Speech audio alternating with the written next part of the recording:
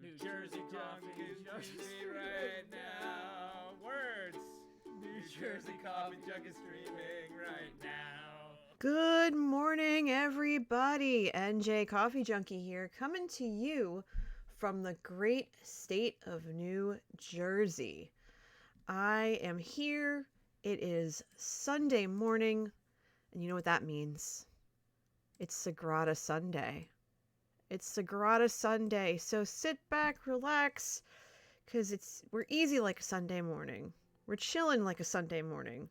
The sun is shining. It's going to be nearly 70 degrees here in Jersey.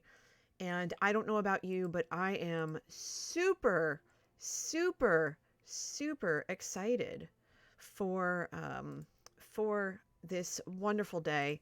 I know that I'm going to be doing some stuff after stream. I'm going to be taking care of some stuff around the house. We're going to open the windows. We're going to let all this fresh air in.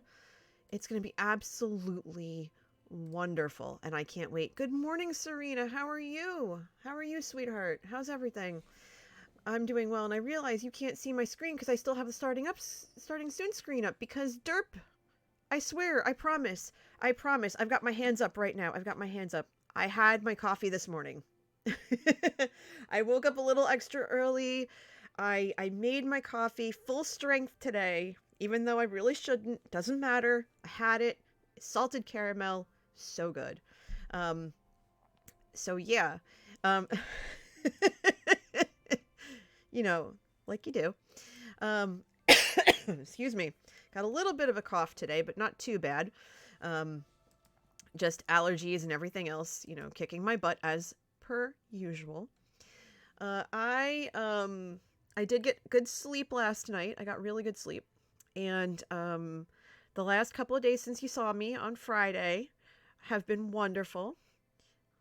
Serena says, I'm doing pretty well. My aunt got married yesterday, so I got to see my family socially distanced for the first time since December. That is so lovely. That's wonderful. I'm so glad to hear that. Yeah, so yesterday for me, I was part of Joe Hills's stream, because he was streaming our Patreon Discord, or his Patreon Discord, I should say, UHC, the first time he's really held one in a while. And a lot of that was interesting. I managed to last 11 minutes, give or take, despite people chasing me. I died to a creeper like I always do. I ended up fighting a skelly for its bow that I did not get. And then I had 2.5 hearts left, and so I tried to find stone so I could get some stone tools because wood tools are garbage. And I found myself in a cave, and I had a few torches with me. So I hopped into the cave and I started lighting things up, and I came across a creeper, and well, the creeper gave me a hug and wrecked my face. So there's that. But it was okay because it allowed me enough time to switch gears, and I was part of Ian's stream. I'm actually going to give a shout out to Ian now because he's actually still going. He's doing some sort of subathon. And he's in hour 22. I checked in on him a little bit this morning. Hour 22. But he's a quote unquote real life, as in person friend of mine. I've known him for about 10 years. And I'm really proud of the progress he's made as a streamer. He only started less than a year ago, and he's just completely crushing it. So there was that. And then after that, like right after he finished like our segment, we were playing Among Us. Like you do. And I wish I recorded it because I was imposter during hide and seek and I won. And I think you all would have loved that if you had seen it. But what happened in the end was after that, my friend came over because she had to pick something up from me. And then we ended up going for a nice 90-minute walk in the sunshine. I had a mask. We were fine. And just, we were able to catch up in everything, and I made my step goal for the first time in months. I was so tired when I got home, I could barely eat dinner. But it was lovely. It was an absolutely lovely day. Wonderful day. But speaking of lovely, Serena says this new setup is wonderful. Thank you. I love what my friend Kay, who I'm also going to give a shout out to, I love what she created for me originally. It's my favorite thing. But what happened was people were coming to me and saying that they were having a lot of difficulty seeing the game screen because the overlay was had so much going on that it was small. And so I decided to take it upon myself and figure out how to create a new one. I don't know how to do things where parts of the game itself would be obscured. So I'm still working on that, but I thought this would be okay. I thought this would be all right. So this is kind of where I am with that right now. And I'm still tinkering with it. I'm still experimenting with it. I'm still trying to make it my own. I'm still trying to make it mine, you know? So one thing at a time. I do want to say thanks to Biology Leader for the follow yesterday in between streams. I appreciate that. And I think we should dive right in. I think we should really dive right into some gameplay. So why don't we do that? I know people are still waking up, and I really want to get started in because I have a very hard 1 p.m. stop time. It's a little after 11 right now. It's 11:11, so make a wish. But yeah, I have a very hard stop time right now. And so I have to make sure of that. In fact, I have to actually ask a question about that.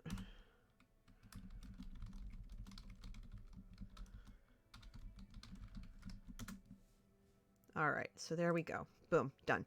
All right, so in any event, let us get started with this. We're still on very easy here because we're trying to beat it consistently. We've had a couple of successes, but a whole lot of not. And I want to make sure that we keep going until we can steadily defeat this. And that's A-OK. So here we go. What are we looking at? We're looking at focusing on either yellow or red. And let's see. So that's good. Yellow or red. And we have 4 different boards to choose from. Now, for those of you who might be new to my stream and Sagrada Sunday, the boards work like this. So you're given a grid of 20 squares, and your objective is to create a stained glass window. The name of the game, Sagrada, actually stems from a real basilica in Spain called Sagrada Familia.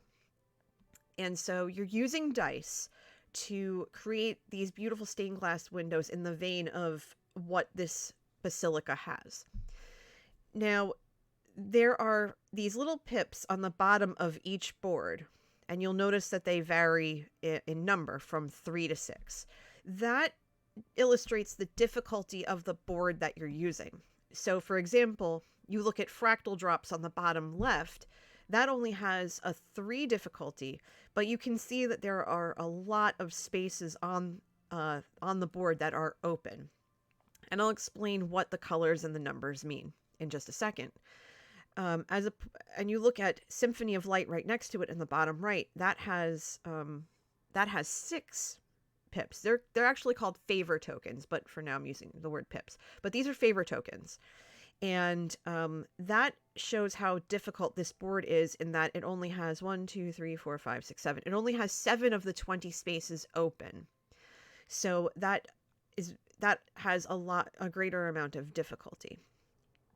And also the placement of the different restrictions. Now, the color and the number areas, those are called, those are restrictions.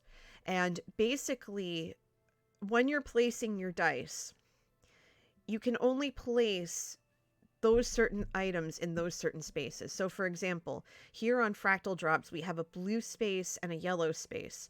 So you can only place a blue die in that blue space and a yellow die in that yellow space. And that's it.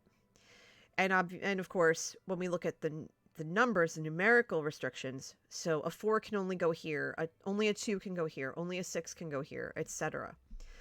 Now, the other aspect of the game is that there are adjacency restrictions, i.e. next to each other. Diagonal notwithstanding. Diagonal diagonal you can do. But you can't place two same colors next to each other, and you can't place two identical numbers next to each other. So for this 4, you can't put a 4 to the left, underneath, or to the right. It would have to be diagonally on this side. You wouldn't be able to do it diagonally on the right because there's a 2 there. So there's that. So there's all these moving pieces that you have to keep in mind as you play. Welcome back, Serena. There are all these different moving pieces that you have to consider when you're playing this. Keeping in mind that you have 2 types of objectives. This here, the red and the yellow, that is the private objective. And when you're playing multiplayer, you usually get one of those objectives. You either get yellow or red. You don't get to choose from both. In solo mode, you choose from both, and the game will tell you that it's whichever higher point number you have on the board, that's what you go with. So what I'm going to do is I'm going to set up a very quick poll, and I'm going to ask you to tell me which board I should use. So we have Ripples of Light. That is a 5 difficulty. Kaleidoscopic Dream, which is 4. Then Fractal Drops, which is 3, and then Symphony of Light, which is 6. Okay, so I'm going to allow this for a minute. I'm going to let you use your coffee beans and your bits if you want to add additional votes, if you have your heart is really set on a board. And you just tell me which board you want. So get your votes in now. In the meantime, let me explain a little bit more about the favor tokens. Now, for solo mode and for multiplayer, the favor tokens, they dictate the difficulty.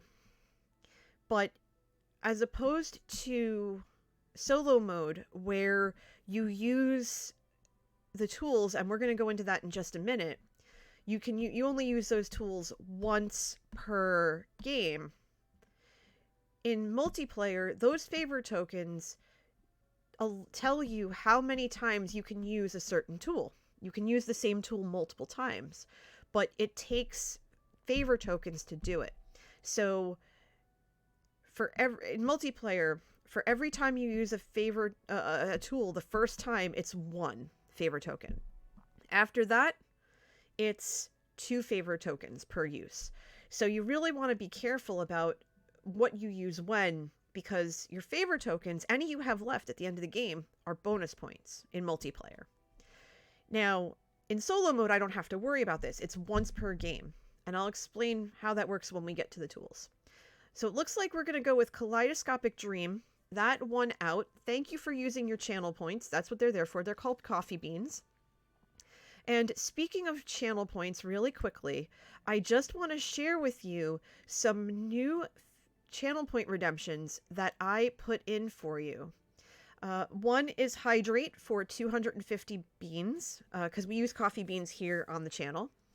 So that is Hydrate, because I realized I didn't have that in there. For 500 points, Stretch, basically make me stand up and stretch. So another is for 500 points, Leg Day, basically have me do 5 squats.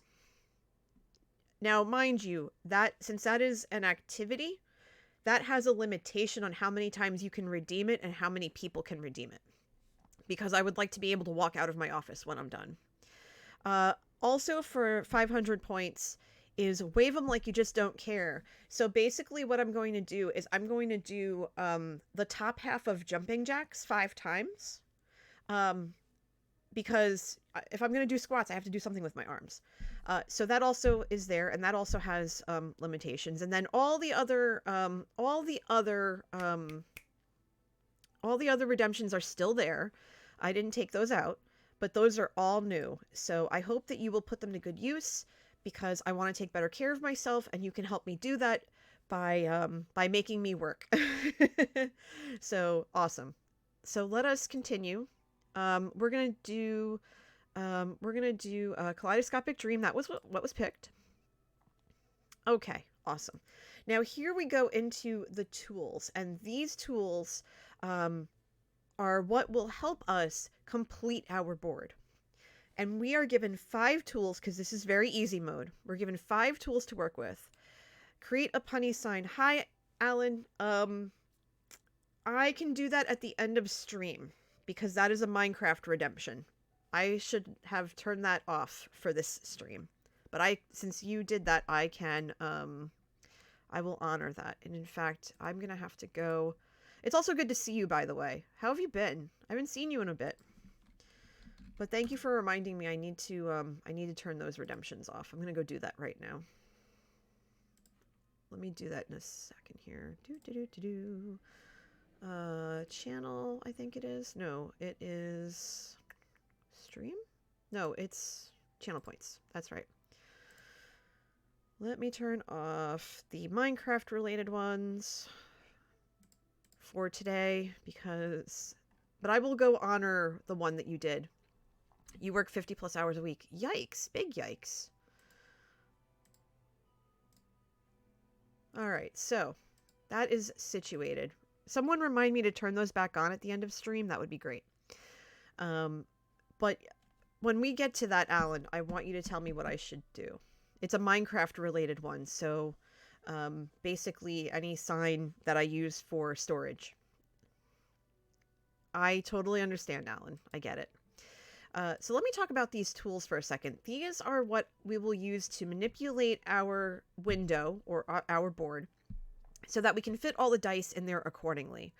Now in solo mode, you'll notice that there's a color on the left side of each card, and that signifies the color of die needed to play the card. And these are only once per game, so they have to be used very wisely. So how do we do this? So what do we do? So for a blue die, we have 2 different tools to use. We have Eglamy's brush. Move any one die in your window, ignoring color restrictions on your window pattern. You must obey all other placement and adjacency restrictions. Okay, great. That's simple enough. We also have tap wheel. So it says move up to 2 dice of the same color that match the color of a die on the round track. You must obey all placement restrictions. Okay. So I'll explain what the round track is in just a second. For yellow, we have cork-backed straight edge, which is a good early game tool. It says draft a die, then place it in a spot that is not adjacent to another die. You must obey all other placement restrictions. Okay, simple enough. Also, for red, we have running pliers. After your first turn, immediately draft a die. Skip your next turn this round.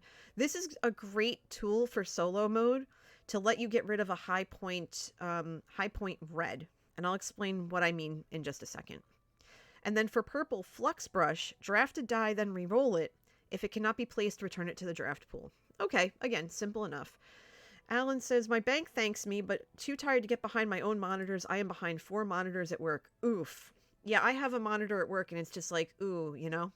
So I totally understand. I'm really glad that you're taking a little bit of time to be here today. I really appreciate it.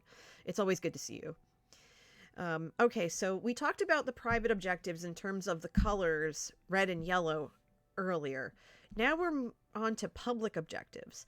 And with public objectives, these are, in multiplayer games, these are what everyone goes for bonus points. And there's usually 3 of them. But in this case, for solo mode, we have 2. And so for 5 points, for a maximum total of 20 points, rows with no repeated values. So you take your time, Alan. Enjoy that food. I bet it's going to be wonderful. And feel free to post a picture of it in the Discord if you like. If any of you want to join my Discord and hang out after stream and stuff like that, please feel free. You just have to be 13 years of age or older. Would love to have you come on in. Enjoy your breakfast. So yeah, we're looking at a max 20 points here, rows with no repeated values. And then for color variety, sets of one of each color anywhere. And there are 5 different colors. So this also is a max 20 point objective. If we can have one of each color across the board. Now, is that going to happen? Possibly. We might at the very least get 8 to 12 points here, but we'll see what happens. We'll see what happens. We have a relatively easy board. It's a level 4 because it goes from 3 to 6. And now, before I dive in, let me explain what this is up here, the 1 through 10 that you see. That's called the round track. There are 10 rounds in each game, and the way that it works, both in solo mode and multiplayer, is that after all the dice in the draft pool, which is down here on the bottom under the board, are selected, any remaining dice are placed onto the round track to signify the end of the round, and then the next round begins. In solo mode, the round track is what will dictate the amount of points needed for me to beat at the end of the game, so that to figure out if I won or not. And so my objective here is to keep the point values very low. 1s and 2s across the board. I want to keep that round track number as low as possible. So starting off here, looking at a yellow 4, a green 6, a blue 5, and a purple 2, I already know that there's a world of possibility here. I don't have a red to burn, so I can't use the running pliers. I could use cork-backed straight edge this round, but I don't think I'm going to. I am keeping in mind that the rows have to be different values. So I have 2 options here, in my opinion, and I don't think it matters which one I go after. Where I could start from the top corner, which is yellow, and put the 4 and then the 6 underneath it and get 10 points out of the draft pool. Or I could start here and put the 4 in the lower right corner and the 6 above it and leave those 7 points up there. I really don't think it matters. So I think what I'm going to do first is put the 4 in the top left corner and then the 6 underneath it. Granted, that's limiting what can be placed around, but with these openings here to the right and adjacently, diagonally to the right of the 6, we're not completely locked in place. So I'm not too worried about it. It's still very early yet. And I think I just heard my husband wake up, so good morning, honey. He knows I'm streaming because the door is shut. Now, what I'm going to do next is grab my calculator, and I'm sure if you're playing along, you have yours out too. And I'm going to add 7 to the calculator because that is going to tell me what my points to beat are. Okay, round 2. We have a yellow 5, a yellow 3, a blue 6, and a purple 4. Okay. So here's where that cork-backed straight edge could come in handy. Right? Here's where this could come in handy. So what I'm thinking is we use corked back straight edge, right? And I can reverse this if possible. Ditch the 5, take the 4, and put it over here. And just shift that bad boy right across the board. Not only will this open the other half of the board all the way around this way, so from the 1 all the way around it, but also my next move would be to take that blue 6 and plunk it right there next to that yellow 4, and then that would only allow 3 points to join the round track, so that would put me in a really good spot. So I think that would be the best option right there. So I think that's what I'm going to do, because again, it stinks to have yellow left, yellow points unaccounted for, but at the same time, you want to get all these different restrictions out of the way, and you also want to keep the points as low as possible. So I think that's not too bad. So we can place that 6 there. 6 is now accounted for in this row and in this row. We have 2 rows where we can place a 6 after that. So the yellow 3 will be added to our tally, and that makes it 10. 10 points for 2 rounds is actually not that bad. Not that bad at all. So what are we looking at this round? We have a green 6, a green 4, a blue 5, and a purple 1. Well, unfortunately, that purple 1 will not work above the purple 4 because you can't put a purple next to a purple. The blue 5 can definitely work in that 5 spot. And the green 6 can work under the purple 4, and then that blue 5 could go there. So that's something. That's definitely something. So I'm kind of thinking, take the 6, put it here, take the 5, put it there, and ignore the 4 and the 1. I think that would be ideal. I'm also looking at it, and I think I'm going to focus on yellow as the private objective, because I've already used the yellow tool now, and I still have the red tool to go. So that might not be a bad idea. So I think that's what I'm going to go for, and get the blue restriction out of the way. Because again, I want to be able to access all of the different spots. And right now, this spot here and this spot here are the only 2 that are not accessible. And so with round 3, having almost all of the board accessible is pretty good. So we'll call this round done and dusted. We'll add the 5 points. We're at 15 points and we're in round 4. All right, so what do we have in front of us? We have a red 1, a blue 5, a blue 2, and a purple 4. Purple 4s are very popular today, I see. Well, let's see. What can we do? That red 1 would be perfect above the purple 4. And that blue 5 would be great in that 5 spot.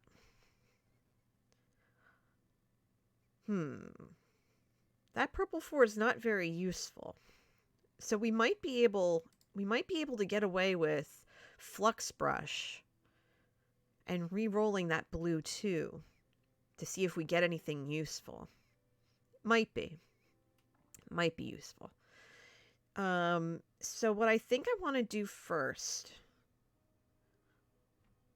Good morning, Melons. I'm sorry you didn't sleep well. I saw a little bit in the Discord earlier, and I hope you have a better day. But I'm glad to see you. Lurk away. All right, so we're going to plunk that 5. We're going to get that 5 restriction completely out of the way. Nail that to the wall. I want to burn that 4, but I don't think I should. I think instead I want to take this 1 and put it up here and ditch that 1 restriction. Get that completely out of the way. So this right here can be a 5 over here. Hi, Alice. Good morning. Come on in. Make yourself at home. But this right here would have to be a 3 or a 2. So I have to be mindful of that. I have to be very mindful of that. So this has to be a 3 or a 2. That's not blue. So I'm going to keep that in mind. We're going to add 6 points to the round track. We're at 21. We're about halfway there, and we're already at 21 points. So we need to be really careful here. We need to make sure that we don't boo-boo this. So what are we looking at for this round?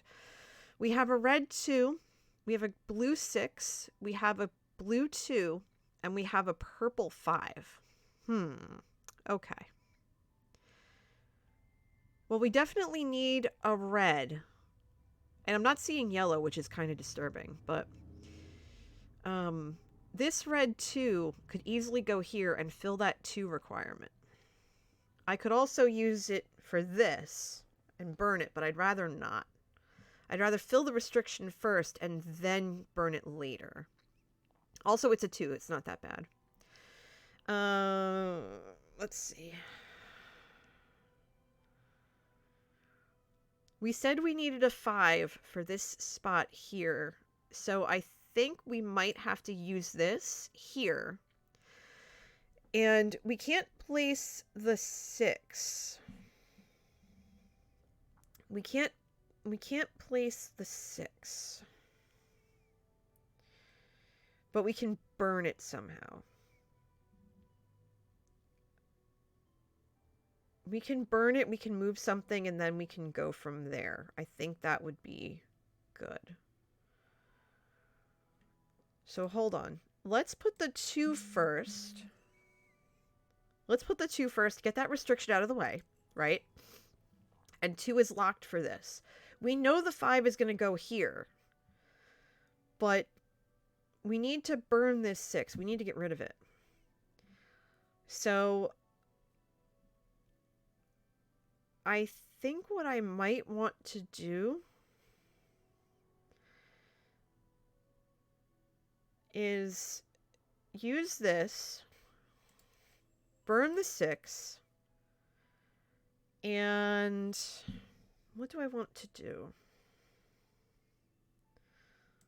Yeah, because that's blue. That can't move. That's a 5. That can't move. That's a blue. That can't move. That's a yellow. That's a green. That's a 1. That's a 4. And this is a green. So nothing can really move, honestly. But,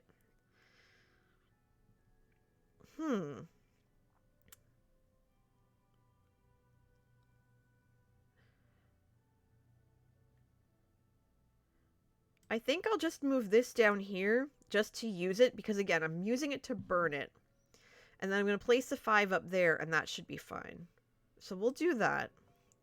No, I don't. I want to place that 5 there. So now this can't be purple or blue. That's fine. And we're still keeping with everything. We're going to add 2 points to the total. That's 23. So again, we're doing pretty well. How are you, Alice? I hope everything's going well. It's good to see everybody this morning. I still see there are people kind of filtering in, and that's fantastic. Whether you're watching or lurking, I appreciate you. Have fun. All right, so what are we looking at now? We have a green 6, we have a red 2, we have a green 1, and we have a purple 5. Okay, so none of this is really ideal. That green 6 we could get rid of easily.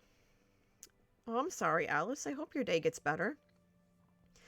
We can ditch the green 6 because we don't have a green tool. So that's something. And if we wanted to, we could ditch the red 2, but we really need red and yellow on the board, and I want to see that 2 reached. And we do need a 6 for this row, to be quite frank. So I think what I want to do is I want to place this 6 here, and then I'll follow it up with a purple 5 over here. That will solidify the 5s for the game in terms of the rows being different colors. Now, we have 1 of each color already. 1, 2, 3, 4, 5. So we have at least 4 points that we're going to get. But we really need more yellow. We need to be on the lookout for yellow. We really do. So we'll kick off the purple 6. We'll tackle the green 6. Purple 5. We'll add 3 points to the pool. We're now at round 7 and we're under 30 points. So that's not too bad. But we really need to finish. We really, really need to finish these rows. We really do. So what are we looking at? We have a red 5, which we already said 5s were done. So, yeah, at this point, 5s are done, unless something moves, which it's not going. Oh, no! I put the 5 in the wrong spot. I put the 5 in the wrong spot, y'all. I'm boo-booed. That's not good. That's not good at all. Oops. Oh, no. I can fix this, though. I can fix it. the sixes are accounted for, so we can ditch this blue six with we can ditch the blue six with tap wheel, and we can move the purple five out of the way and fix the mistake we just did. So okay, so no worries. So and fives are done, so that five's got to get burned. Oof. Okay, that's not what I was hoping for, but that's fine. So here's what we're gonna do. We are going to use tap wheel, burn the six, and move this five up one. So now all the fives are accounted for properly. So that was a mistake that was gently fixed. This is a 4, and we can put it here and just have this 4 restriction, although I'm not sure about that. I'm honestly not sure about that. I don't think that was a good idea. But I definitely want to do that, and at the very least this, because the tool says you can move up to 2 dice. I think that is going to work out. I think that's going to work out for the best. Honestly, I think that's going to work out for the best. So we will do that. And now we have a 5, the 5, a 3, and a 1. Well, oh, I meant to, hold on. Okay, so wait a minute. So here's what's going to happen. Because I used this. That's right. Oh, hold on. I see what I did wrong. Okay. So I'm going to fix this.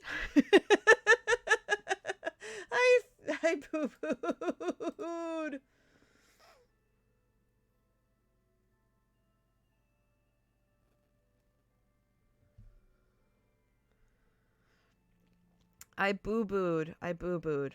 Oh, okay. All right. So hold on. We're gonna fix this the right way. So we will play the 1 here first. Okay, we'll play the 1. We'll use this. Ditch that. Oh, that didn't work either. Well, it's not a problem because I can still play the 3 in this corner and just eat the 6. I boo-booed that so hard. But that's okay because we have 7 points now we have 3 points on red and we have 7 points on yellow. So we will live. It's fine. We'll add 6 to the board. We are at 32. 3 rounds to go. We are at 32. Okay. So what do we have? We have a red 6, a red 2, Oh, wait, I never moved the 5. That's why I needed to burn the 6. Oh, no. Oh, no, this is bad. This is so bad. Oh, dear me. Oh, dear me. Oh, I boo-booed a lot. Okay, no worries. We know. Yeah, it's definitely a fail. Spoons in chat if you got them. Spoons in chat if you got them. That's what the emote's for. Thank you, Mosul. All right, anyway. So we know that the first chance I get, if I can get another blue in the next 2 rounds, that is going up there. We know that's going to move. So here's what we're going to do. We are going to panic. Because that 2 is definitely going there. That's for certain. But where can the 1s go? The red 1 can go here, and that's it. So we'll play that. Oh, I forgot to play. Oh, I'm just a derp. Oh, I'm so derpy. I deserve to lose this game for not paying attention.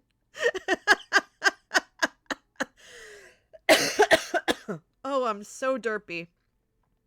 Forgive me, y'all. Forgive me. It's like amateur hour here. Good grief. Let's try this again. All right, what do we have? We have a yellow 4, a red 2, a yellow 1, and a purple 4. So no blues. Thank you very much. So much fail. Okay. That yellow 1 would have gone great there. So thanks for that. Instead, let's play the yellow 4 here. So that's going to give us 4 points. We need a 2 or a 3 here. Right? Yeah, we do. We need a 2 or a 3 here. So I'm just going to play it. Oh, I need to do that first. So this is going to give us 5 points. And this is going to give us 5 points in addition to another 4. Now, keep your fingers crossed, y'all, because we really need... It's Marish42. Thank you for the follow. Come on in. 5 points. We're now at 44, and there is still not a blue. I boo-booed this so hard. Yikers. Okay. Boo. Boo, I say. Boo earns. Boo, I say. All right, so we have a yellow... we have a red 5, 2 green 3s, and a purple 6.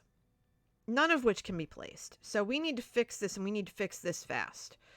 What we're going to do is we're going to take our flux brush. Yes, we're going to burn that 6. And we are going to re-roll this green. You can't place this die, you must return it to the pool. Well, rip me. So this was a fail. I can place that there. Okay, so I'll lose 3 points for that, but that's fine. So I derped a lot. That's going to add 6 points. So if I added this correctly, my score to beat is 50. We are not going to beat 50. Unfortunately, we are not going to beat 50. That is unfortunate and a half. I just don't know. It's Marish. What is this game about? And please correct me if I am mispronouncing your handle. I want to make sure that I pronounce it correctly. This game, by Floodgate Games, is about creating stained glass windows using dice. It's both a game you can get on Steam and a physical game you can get at your local gaming store. I think Target has it, and like our local comic shops have it, like because they have the gaming section and stuff like that. But basically, you're recreating stained glass windows, and it's both solo mode and multiplayer. And I've already gone through the campaign, and I've maxed the campaign from start to finish. So now we're in solo mode, and a lot of this is just practice and learning how to use the tools of the game and stuff like that. And I'd be happy to explain and walk you through how it works. I did that before, but I'm happy to do it again for anyone who's new. And I'm playing on very easy. You go by both. I get called both. Well, if you have a nickname you'd prefer, that's also good too. Whatever works. We're very laid back here at the cafe, which is what we call the channel. All right, so here we go. Let me walk you through it. So first things first, these boards here, these 4 boards, these are the boards that I will be choosing from to play. And they all have cute names: Aurora Sagradas, Industria, Sun's Glory, and Luz Celestial. The pips on the bottom of each of these boards are called favor tokens, and they, in multiplayer, are used to play tools, which I'll explain in just a bit. But they also signify the difficulty of the board and your ability to complete it. And the range goes from 3 favor tokens to 6. 3 being the easiest, as you can see with Luz Celestial. It's not very filled in. There are a lot of open spaces. And then you have something like Sun's Glory, where you see a lot of the space filled in by different requirements. I actually, every time I play, I'm actually setting it up now. I set up a poll so that you can tell me which board you'd like me to play. And I'm going to set that up right now. So we have Aurora Sagradas. And that's for 4. That's a difficulty of 4. We have Industria, which is a difficulty of 5. We have Sun's Glory, which is a difficulty of 6. And we have, as I mentioned before, Luz Celestial, and that's a difficulty of 3. So there's 1 minute to vote. You can use your coffee beans or your bits to enhance your vote if you wish. So feel free to do that right now. In the meantime, I'll continue explaining along for everyone who's new. Now, these 2 cards on the left side of the screen, these are private objectives. In multiplayer, you only get 1, but in solo mode, you get 2. And the one you have more of is the one that the game will choose at when the game's finished. So either I look for yellow dice, and it's sums of values on the yellow dice. So if I have a 6, a 5, and a 4, that's 15 points that'll go towards my final score. Or purple for that. So yellow or purple, that's what I need to be looking for this game. So those are private objectives, and that's only for me. In multiplayer, that would be an objective I'd have to complete, and I usually only get 1. In solo mode, you get 2, so you have more options. And it looks like Luz Celestial won. Alice contributing her channel points, her coffee beans, if you will. Very good. So we're going to go with Luz Celestial on this. Thank you very much. Appreciate that. Okay, now these are the tools that I was talking about. These are things to help enhance the game, or at least make it easier for me to place different pieces or different dice on the board. The game, by the way, is named after a real basilica in Spain called Sagrada Familia. FYI. I learned that not too long ago, and I thought that was really cool. So what are the tools that we'll be using? In solo mode, you use one of the dice in your draft pool, and I'll explain what that is when we get to it, to play the tool. And each of these can only be used once per game in solo mode. So kind of have to really focus and choose wisely when those things get played. So for green, we have two different tools to use. One is called Lens Cutter, and that is draft a die, then swap it with a die from the round track, and I'll explain what the round track is when we get to it. Or Grinding Stone, also for green. Draft a die, then flip it to its opposite side. So 6 becomes 1, 5 to 2, 4 to 3, and vice versa. For yellow, we saw this last game, so it's definitely going to come into play again, I feel. Cork-backed straight edge for yellow. Draft a die, then place it in a spot that is not adjacent to another die. You must obey all other placement restrictions, and I'll explain what those are in a minute as well. For red, we have Copper Foil Burnisher. Move any one die in your window, ignoring value restrictions on your window pattern. You must obey all other placement and adjacency restrictions. And finally, for purple, draft a die, then swap it for a new die from the supply. This is called Flux Remover. Choose a value and place the new die, obeying all placement restrictions, or return it to the draft pool. Okay, so those are our 5 tools to work with. Now here are the public objectives. These are objectives that in a multiplayer game, every player goes after. So for 4 points each, we have color variety, sets of 1 of each color anywhere on the board. There are 5 colors in the game: yellow, green, blue, purple, and red. And so on a 20-piece board, the max would be 20 points, because you'd be able to get 5 sets if you did 1 of each. And then for 2 points per pair, medium shades. So there's light shades, medium shades, and dark shades, or deep shades. And medium shades are sets of 3 and 4 anywhere on the board. And if we only had 3s and 4s, which is kind of hard to do, let's be honest, that could be about 20 points, because it would be 2 sets of 10. But that's not easy to do.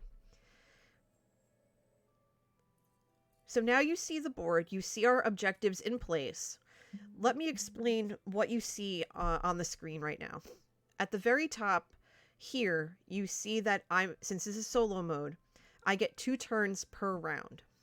Rounds are dictated up here, 1 through 10, on the round track. There are 10 rounds per game, and any dice that are left over at the end of a round are placed into the round track to signify the end of that round and the beginning of a new one.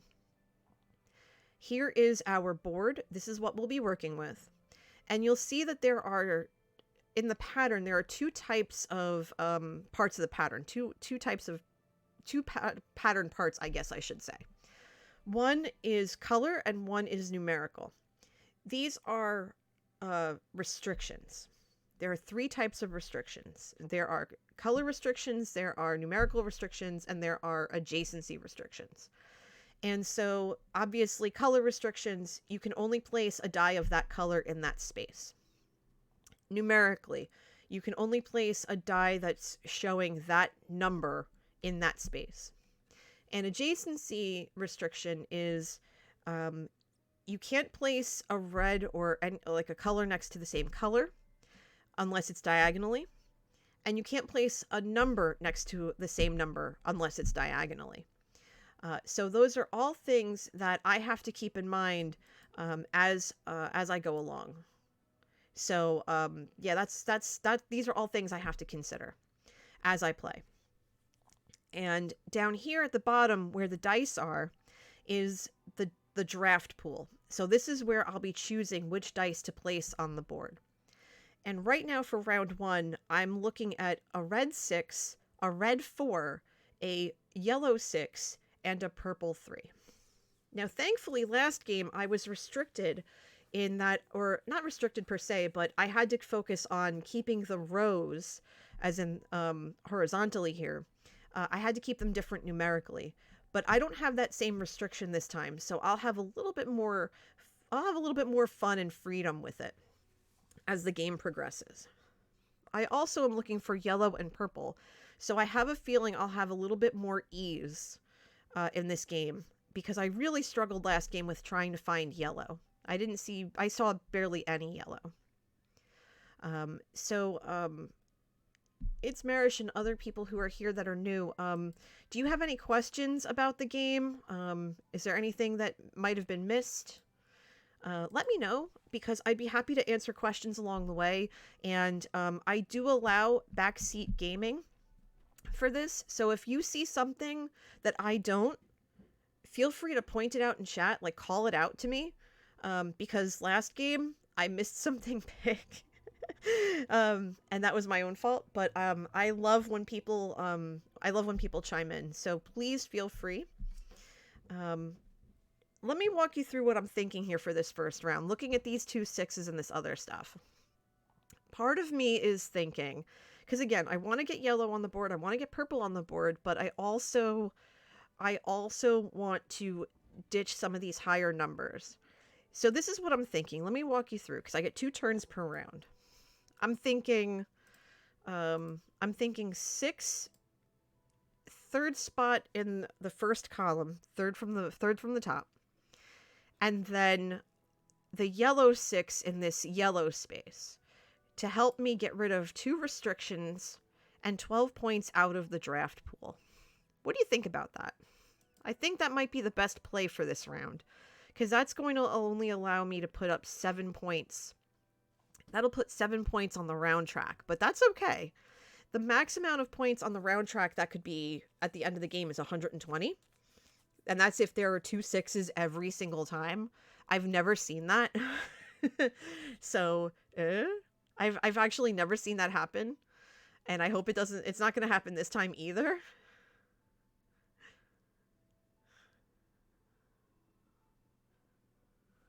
Okay, looks like I don't have a 1 o'clock stop time anymore. All right, very good. So we can keep going. Yay! Awesome. All right, so I think that's what I'm going to do. Is there a boss level? Is this a new game? Okay, so this is a puzzle game, so no, there's no technically boss level. What I'm trying to do is beat the computer. But there's no like boss fight or anything like that. And this game's been around for a few years. It's been around since, I think 2018. Let me see if I can pull up the, let me see if I can, it would help if I spelled the name right. There we go.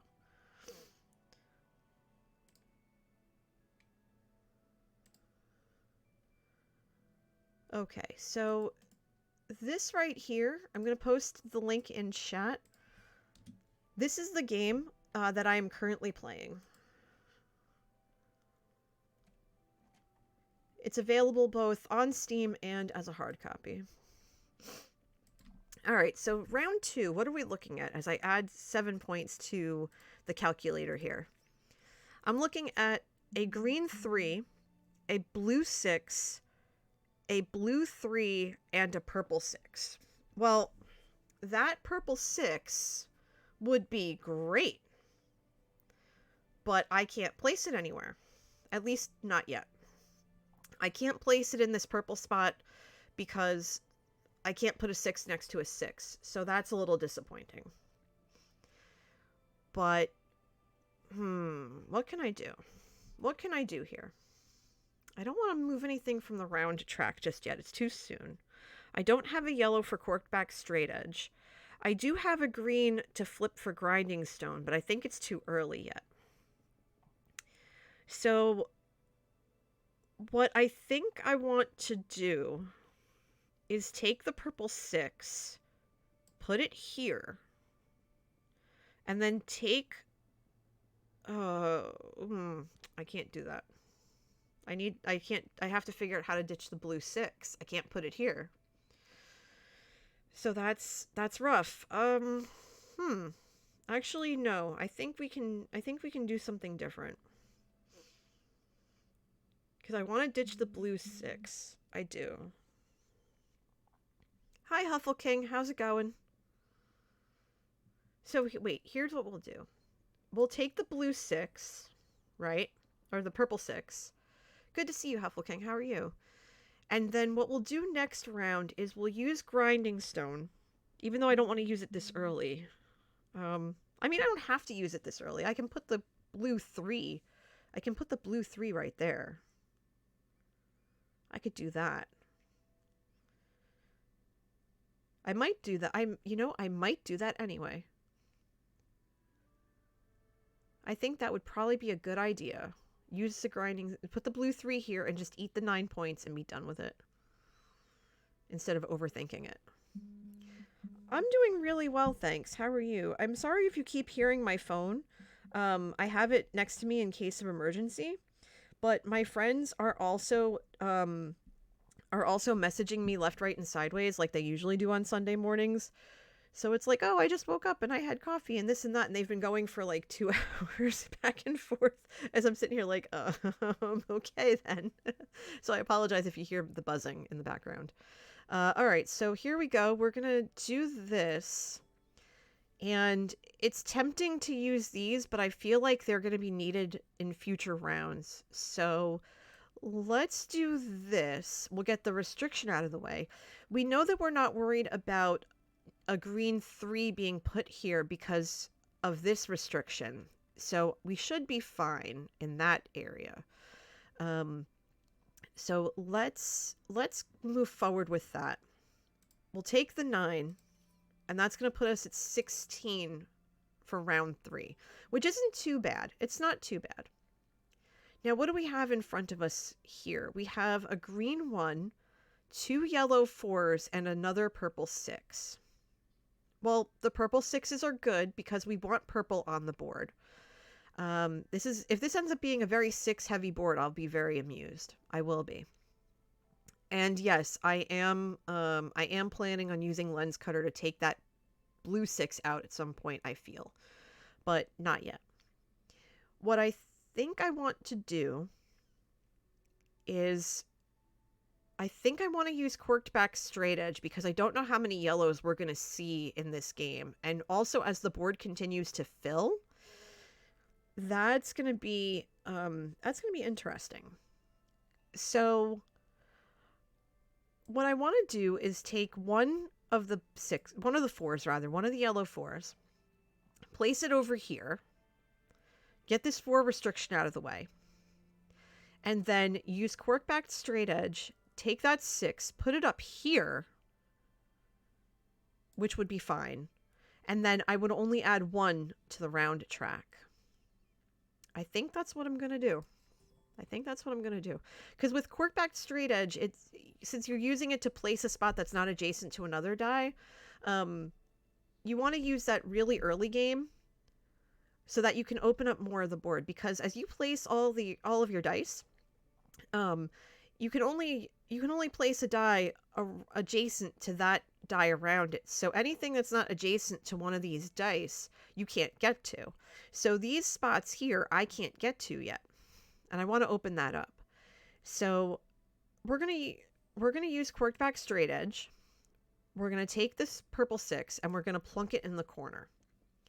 Now every spot on the board is open and available to us. We've added 6 points to our final total. We're at 10 for yellow and 12 for purple. So we're really doing well in terms of that private objective that we're trying to reach. We do have to also keep in mind that we need to get some green on the board because that's going to give us 4 points. And we also have 2 points for the 3-4 combo. So that's good as well. So we're doing pretty well here. We're going to add 1 to our total. That's 17. And no, I didn't forget about the blue 6. All right, so what do we have in front of us now? We have a red 1, a yellow 3, and 2 green 3s. Well, the green 3 is not going in the green spot. We already know this because there's a 3 spot right next to it. So what we're going to do is we're going to take the yellow 3 instead, and we're going to place it in that spot. So this green cannot be a 5 or a 3. And no, I am not filling this spot in either yet because I want to keep this as wide open as possible in case we get a green 6. That green 6 comes in, we'll put it in there, but one thing at a time. We definitely are going to place that green 3 though, and we can place it in a number of different spots. But let's play that first. We're going to play that green 3 right here in the middle because this spot could not be a 6, could not be a 4, and could not be red, purple, or yellow. So now that we have this green space in there, we have one of each color. We have purple, yellow, blue, green, and red. So we've just put 4 points on the board by having that green in there. And we'll add 4 points to the round track. That's going to put us at 21. We're about halfway through and we're only at 21 points, which is not too bad at all.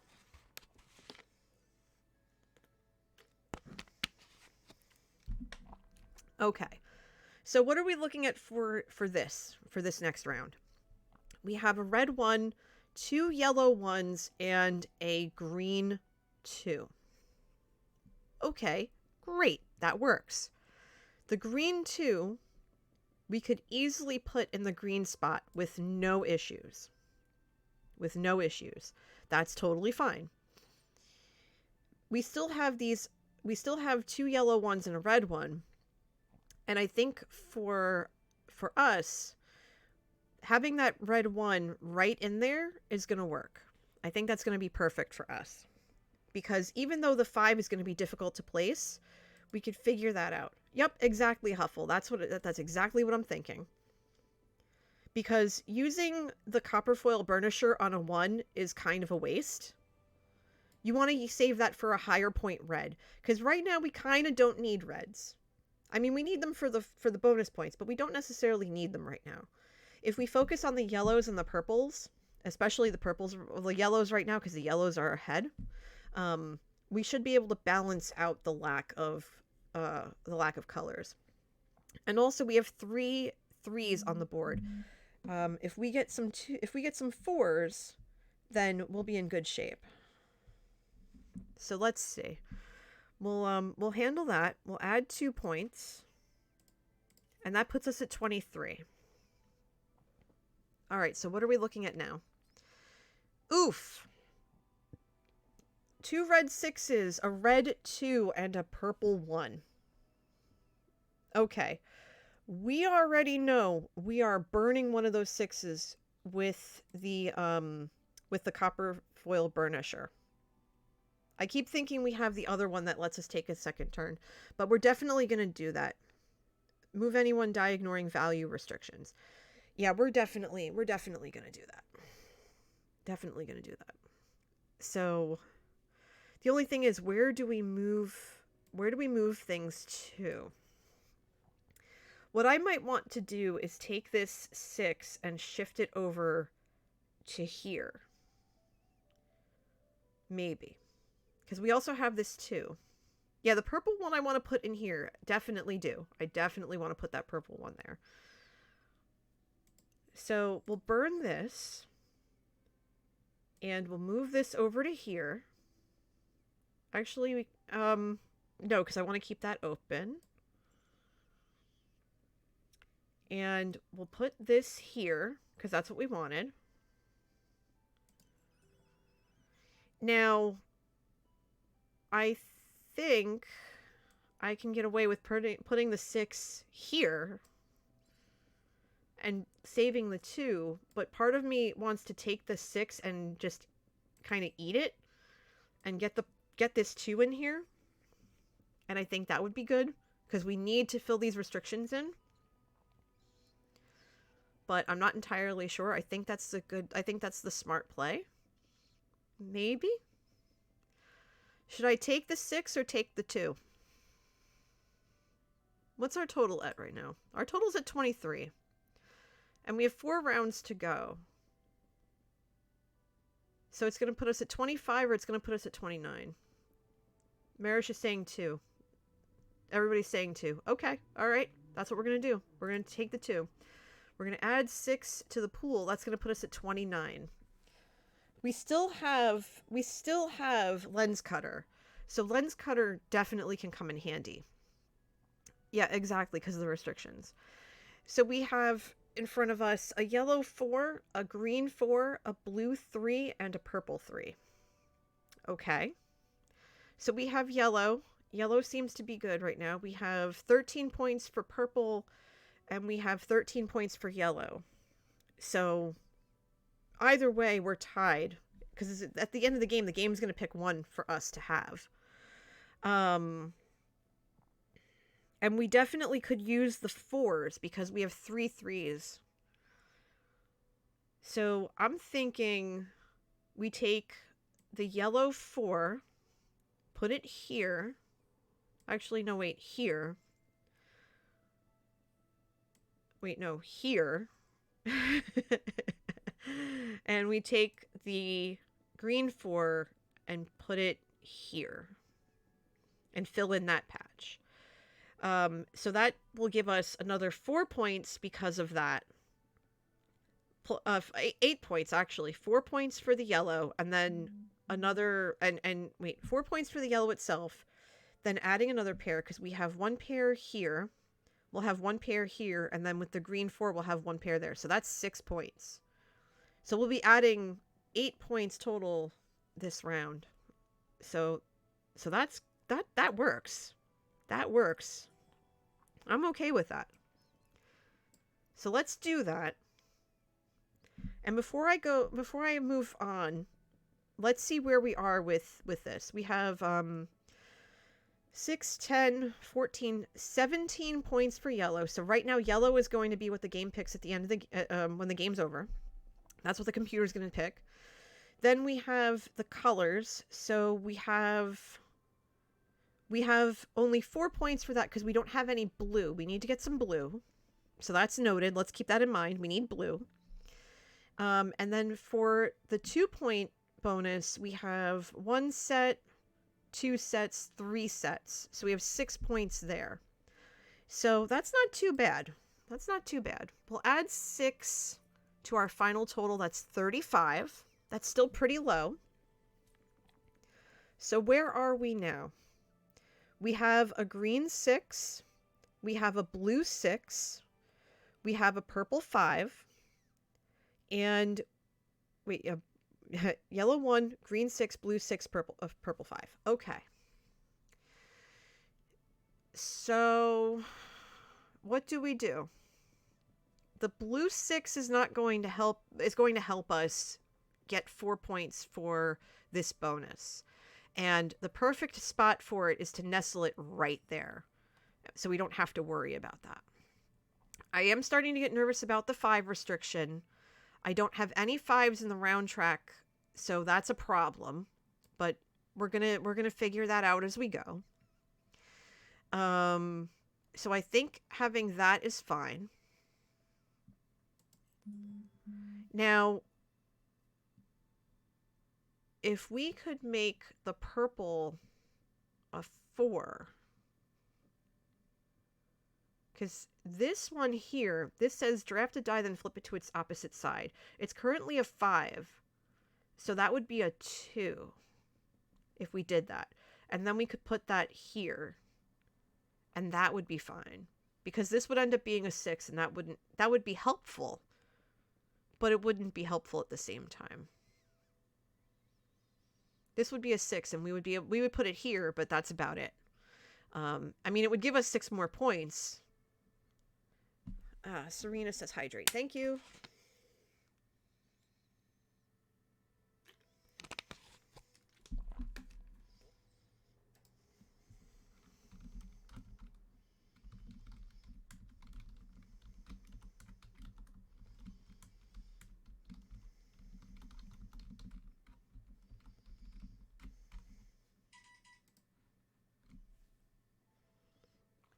All right, so let's see. What should we do? Do we want to pull down the blue 6 or the red 6? Hydration is very important. That it is. I only had 1 cup of coffee today, so it's like, You know what? Here's what we'll do. We will use grinding stone to ditch this green 6 because we don't need it. We'll go ahead and we'll make this... We'll go ahead and make the yellow a 6 to add points. Wait, no. Did we want to do that? No, we wanted to do the purple. We wanted to do the purple too. So we'll do this. We'll ditch the green. We'll make this a 2. We'll put it here so that this can be anything that's not purple, and etc. And we'll add 1 to the track. So that makes it 36. With 2 rounds to go and having it be under 40 is pretty darn good. So fingers crossed. Fingers crossed that we're getting somewhere. Fingers crossed. What do we have? We have a red 1, a green 6, a green 3, and a purple 4. Okay. Okay. Big oof. But not a terrible one. Not a terrible one. So right now we really need a good blue. We really need a good blue. So here's what we're going to do. Here's what we're going to do. Because we need a 5 and we're not going to get it. We're not going to get a 5. And there's nothing we can do to move anything because we don't have any 5s on the board at all. Oh! Jeez. Hi, Joe. Good morning. You just scared the crud out of me. Good morning, everyone. Welcome on in. Welcome, Raiders. Can we get some welcome in chat, please? Hi, I'm NJ Coffee Junkie, for those of you who have no idea who I am. And I am coming to you from the great state of New Jersey, and we are playing one of my favorite games, Sagrada. I play this every Sunday morning, and it's basically a dice placement game named after a basilica in Spain called Sagrada Familia. And you're placing dice to create these beautiful stained glass windows that are that the game was inspired by. And we are in the middle of solo mode. We are currently on round 9 of 10, and I'm trying to figure out my placement. But welcome on in. Come on in, everybody. Make yourself at home. I'm so glad to have you all here. And if you could do me a big favor and just hit refresh, that would be great. All right, here we go. So welcome on in. Make yourselves at home. All right, so here we go.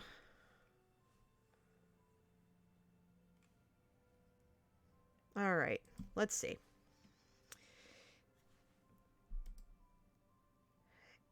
Absolutely, Joe. Yes, I definitely would want that. Yeah, grab food. Since our meeting got postponed to next week, yeah, go ahead.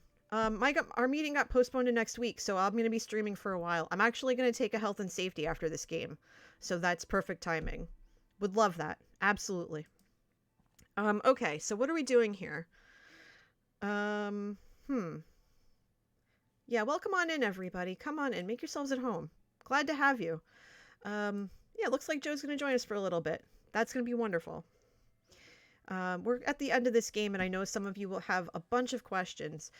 After this game's over, what I'm going to do is take a health and safety break. I'm going to get more coffee, going to stretch my legs a little bit.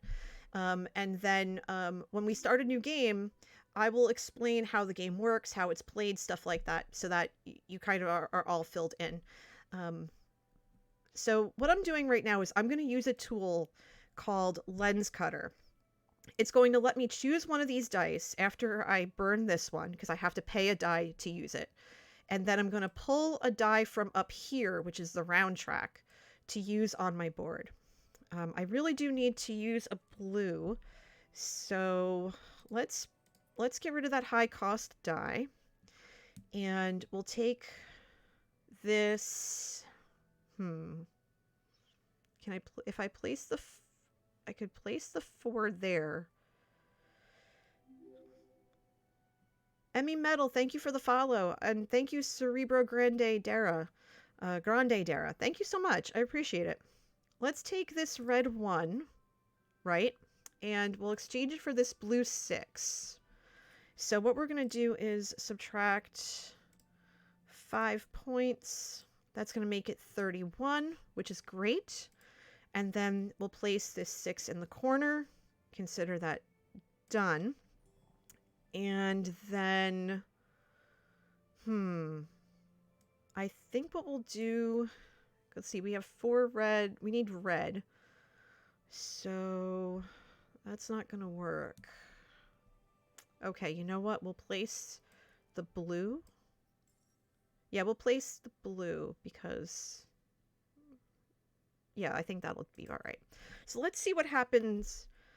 Let's see what happens with round 10. So keep your fingers crossed, because we need to fill these 2 spaces in, and we might not be able. Oh, we're not going to be able to. Bummer. Actually, wait. No, we might be saved. We might be saved. Actually, no, we're not. Rip. Okay. So what should we do? Here's what we'll do. We'll use Flux Remover. That tells us that we can draft a die, then swap a new die from the supply and make it any number we want. So let's take one of these greens. Oh wait, no, I have to pay the purple first. So we'll pay the 4. We'll take this. Please be blue. Please be blue. Oh, perfect. Okay, you're yellow. Good enough. And we'll plant you here. Call that done. And then we're going to place this purple here. Done. Okay, there we go. So that's the end of the game. We're going to add 3 points. If I added everything correctly, I'm at 34. 37. Okay, I missed 3 points there. Let's see if I beat this. I don't know if I did. I might not have. 18. Okay. Yes! I did it! I did it! Yay! Awesome. Yay. Okay. Oh, all right. Oh, goodness. Hype in chat, please. That's wonderful. Oh, I never beat it. Yay. Okay, so... All right, so here's what's going to happen. I'm going to take a quick health and safety break, everybody. I'm going to throw on... did I turn off the music? I did, because derp.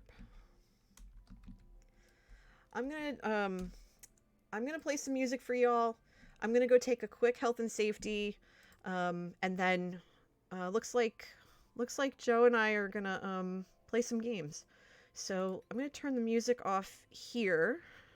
I'm gonna mute the music and the sound here for a second, and put my Be Right Back screen up. There we go. Yeah, no worries. I'm gonna play some music and go grab some more coffee and a snack. So I'll be like 3 minutes. It would help if I turned the music up, though. There we go. Be right back.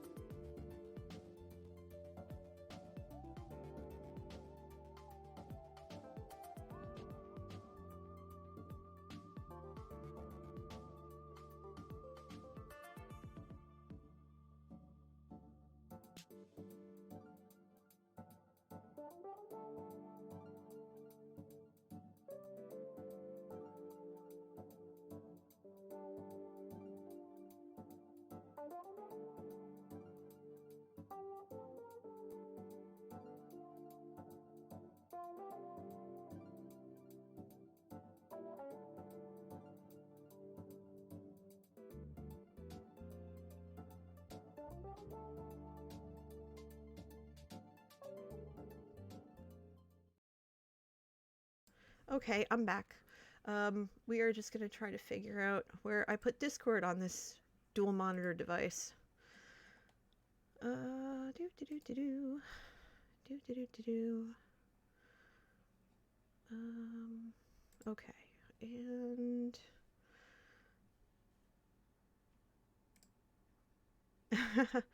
yes, privately. I'm gonna call you right now. You ready?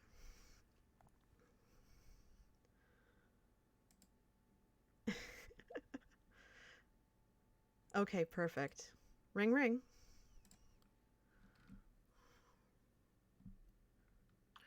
Hey, NJ. Good morning or afternoon, as the case may be. How are you? Good morning. Doing well. Thank you for having me. I am all set up with a Sagrada account over here. I think that you just need to create the game and set the password, and then probably send that to me via Discord chat. Yeah, I'm gonna keep my be right back screen up just for that then. Okay. I don't know how to do this though, so that's not what I was looking for. Well, you hit create game in the multiplayer. Okay, online. I see. Gotcha. I see. So is this your first time actually hosting for guests? I assumed Yes. that you did multiplayer. Okay. No, I haven't had the pleasure. Let's do something fun.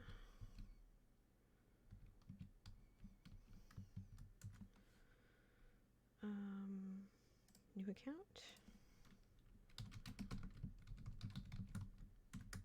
And then I've got a tweet lined up, so I'll let people know they want to hop in and watch, but I wanted to wait until we were set up. I appreciate that.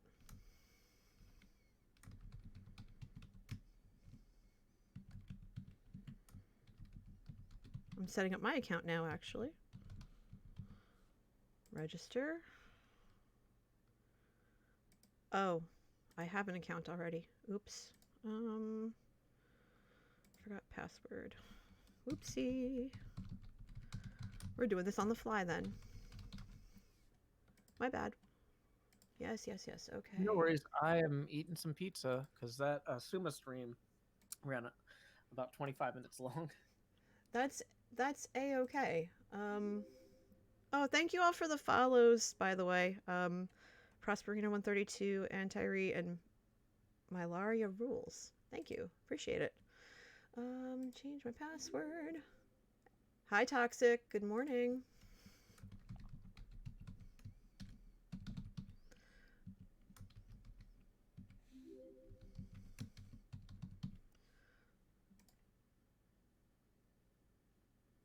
Okay, password's been updated. Good. Now that means I can get in here.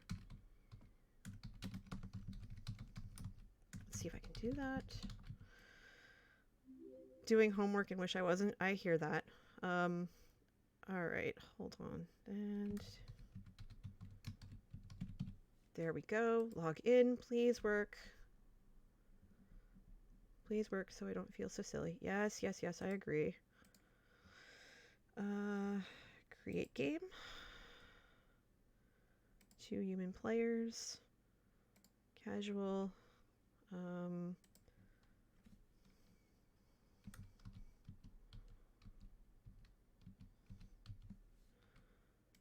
Create game. And Discord.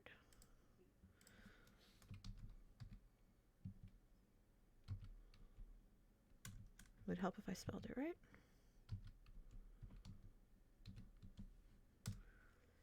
Exactly how it's spelled. And I think I can show this now. Okay, I clicked join game. Okay. Game join. Use the back button to leave the screen and be notified when your game begins. Should start. Yeah. There it is.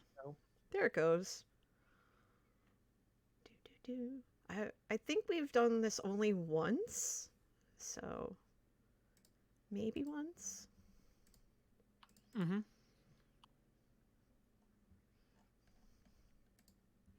Okay, so feel free to send that tweet as you see fit, and I think I'm gonna put the music on. I'm gonna put the music on and the sound on very low. There we go. Okay.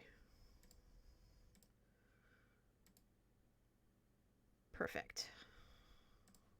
All right, so let's see. I usually ask my chat which board I should play. So I think I'm going to do that this time too.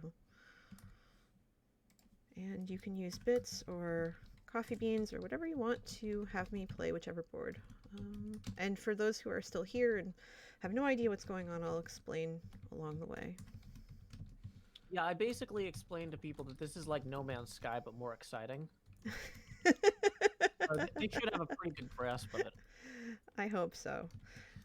Some people describe it as Sudoku with dice. Yes, dice. Yes. I don't know either. So the poll's up, everybody. Go for it. Tell me what the poll should have worked. Did it work? Did it not work? It didn't work. Never mind. That's weird. You know what? I'm just gonna pick this one for now. Sorry about that, everybody. Okay, so the tools we're going to use: Grozing Pliers, drafted die, then increase or decrease its value by 1. We saw that last game. We didn't really use it. Corkback Straight Edge. We saw that last game. Drafted die, then place it in a spot that is not adjacent to another die. You must obey all other placement restrictions. And then Tap Wheel. I definitely used that in 2 games ago. Move up to 2 dice of the same color that match the color of a die on the round track, obeying all placement restrictions. Okay. And then our public objectives are row shade variety, rows with no repeated values, color variety, columns with no repeated colors, and row color variety, rows with no repeated colors. So, wow. That's going to be fun. Yep. Okay. It's fine. The hardest of the hard. Mm-hmm. That's fine.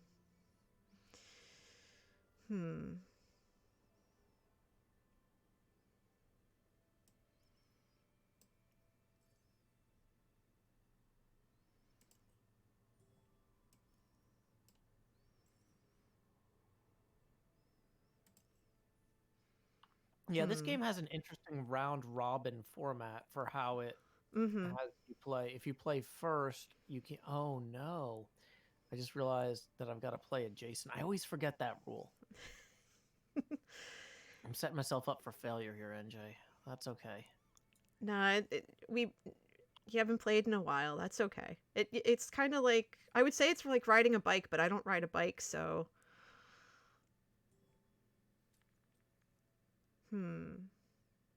Okay, so that's not going to work. So I'm going to have to go this way. That's not going to work.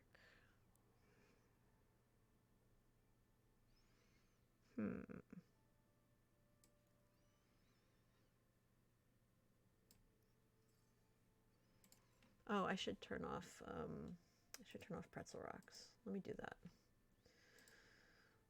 I'll allow it.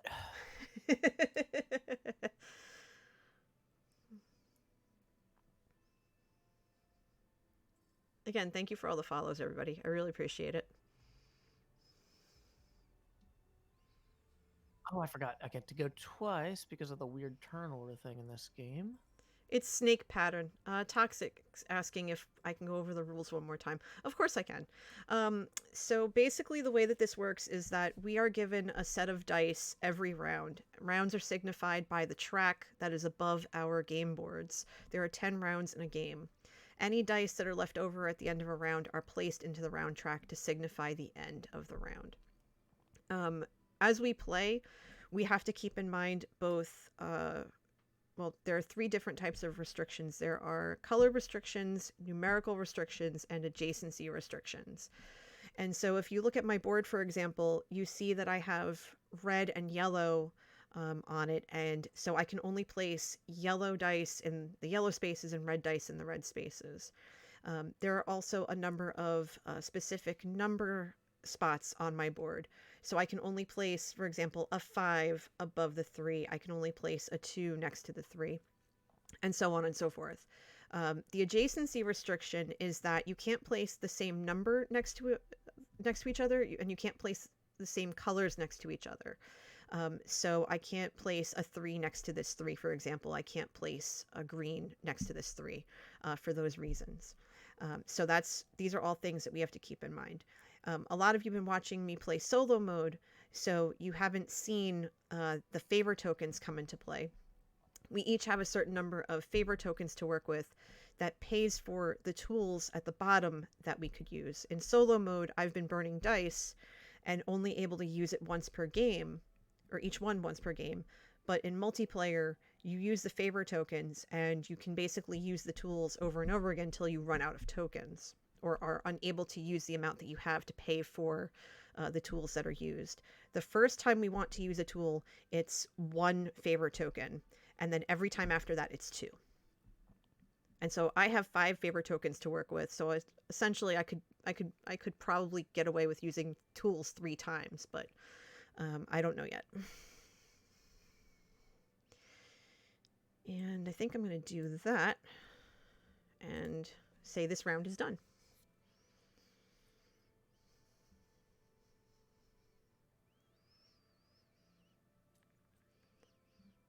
And our private objectives and our public objectives, the public objectives you can see right here around Joe's board. These are things that we have to keep in mind as we play. And then we each have a private objective. You can see my private objective on the screen.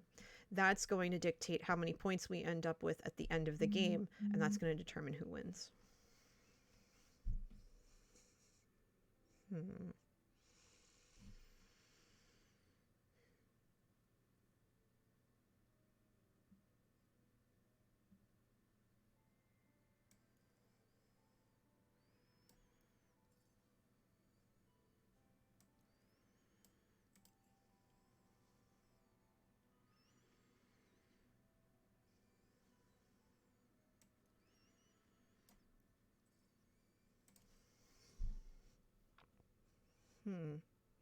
So as you can see, the player who goes second also gets to go third, whereas the player who goes first also goes fourth. Snake rules. It works in a snake-like pattern. So head to tail and then tail to head.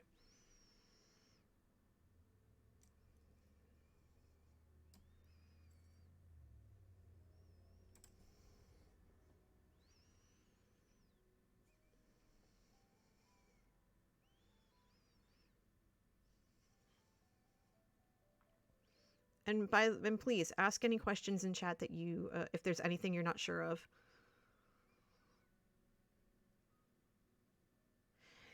So what were you able to do in No Man's Sky? It's a game I'm vaguely familiar with, but haven't seen enough of it to really get a grasp of it. It's like a fly around in space simulator, but also like walk around on planets and explore. It's So the big thing was that Asuma needed to complete the base game tutorial. So we were mostly just trying to help him, or I was mostly trying to help him do that without actually stepping on his toes. How'd it go? I only caught maybe 5 minutes of it. I had fun. Oh, good.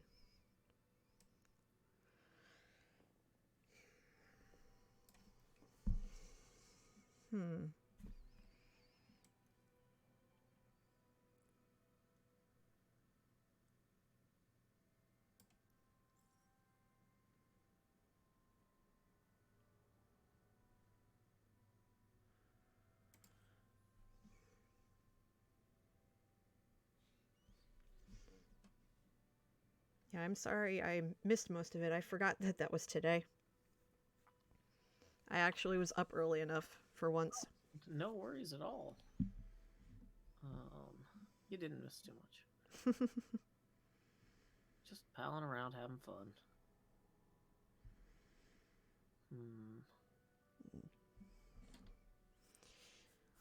Yeah, so I got an email this morning advertising the quote-unquote TED Talk series that I'm part of, and I realized that if I had set it for the day they originally asked me, it would, if this is for the fraternity, it would have been on my 23rd crossing anniversary, which is the day I officially became a member.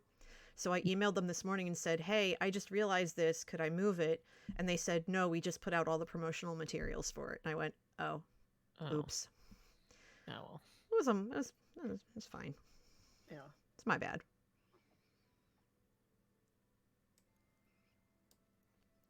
I'll be presenting a 20-minute talk on how to put ideas into action.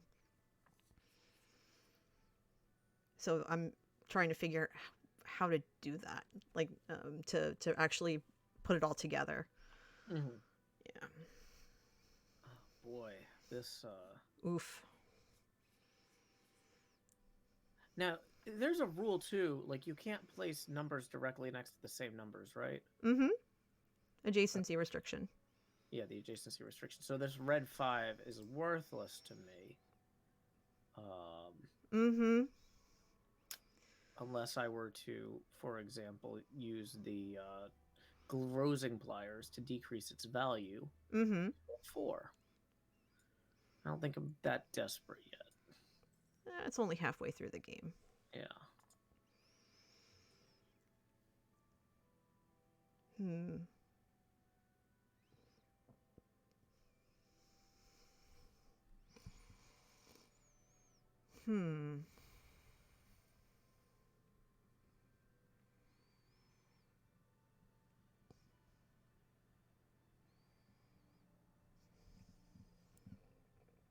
This is definitely interesting, that's for sure.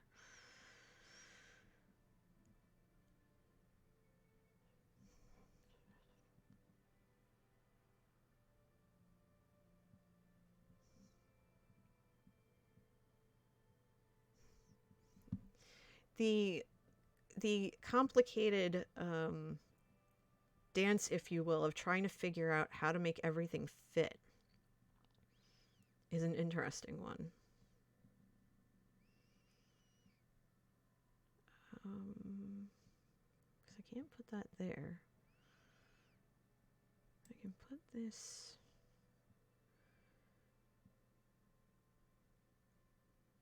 here, though.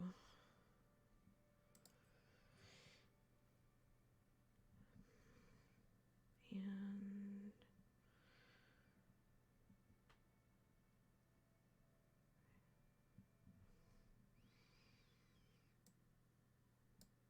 I think I can get away with...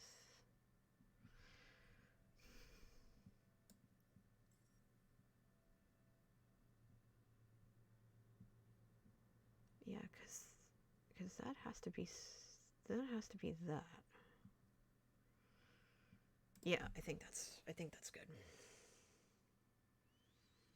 I think sacrifices are going to have to be made as it gets later in the game. That's for sure. Oh goodness.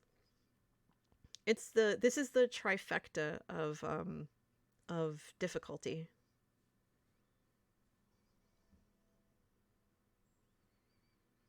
Mm-hmm.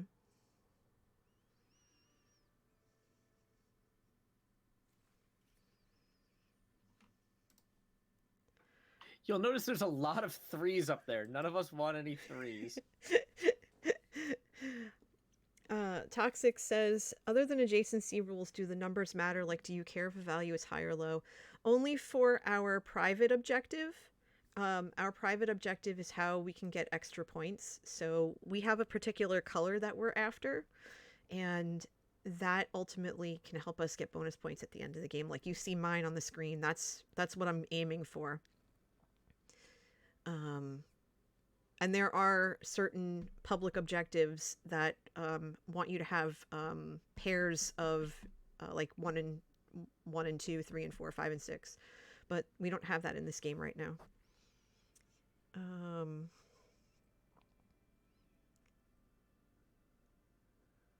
But I will do that. Wait, no, I can't do that. Can I?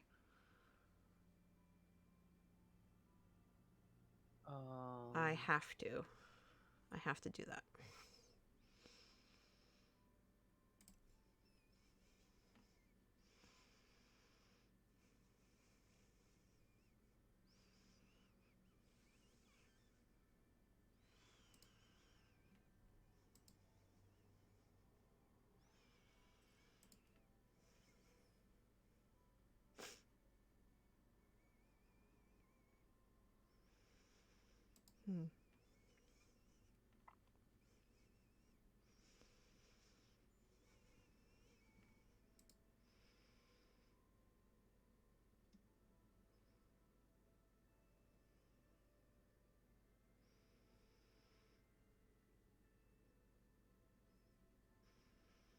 Well, I'll be danged.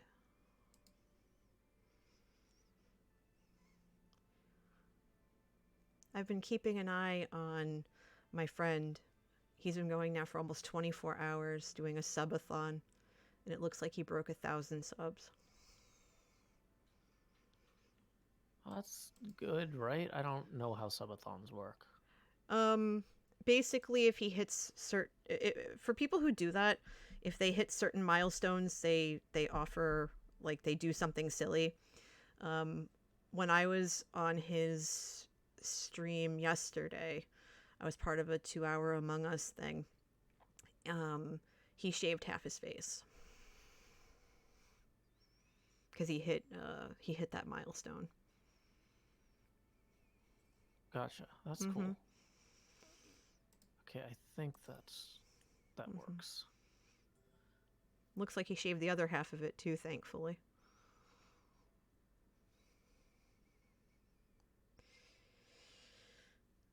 Did I tell you I had to shave? I'm sorry, what? No? Oh, so one of my friends got me some N95 masks, and they don't seal properly with the amount of hair I had unless I tucked my beard all the way up over my lips. Oh, no. Like, talk, because I just had a beard mouth. Oh, no, that's not good. Yeah, so that was not good. Oh boy, this is just a brutal playfield here. Yeah, it's not looking too good for us right now. No. How much of your facial fuzz did you have to shave? Like 3 inches. Ooh. I didn't realize how long my beard is. So it's still about an inch long at this point, though. It was getting it was up to about 4 inches, it seemed. Yeah. So, yeah. You weren't quite at ZZ Top territory, but you were getting there. Ironically, in a month, the beard and the masks won't matter at all once I get my second shot and everything. But I'm just like, I'm close to the end of this. I'm not gonna worry about it, or I'm not gonna, screw this up. The masks will matter, but ooh, yeah, this is brutal for. Ooh, geez, this is. Like a perfect seal on an N95 mask will matter less once I'm vaccinated. Yeah. I'm not saying I'm going to stop wearing a mask at all because there's courtesy issues and other things. Yeah. Oh, what do I do here? What do I do?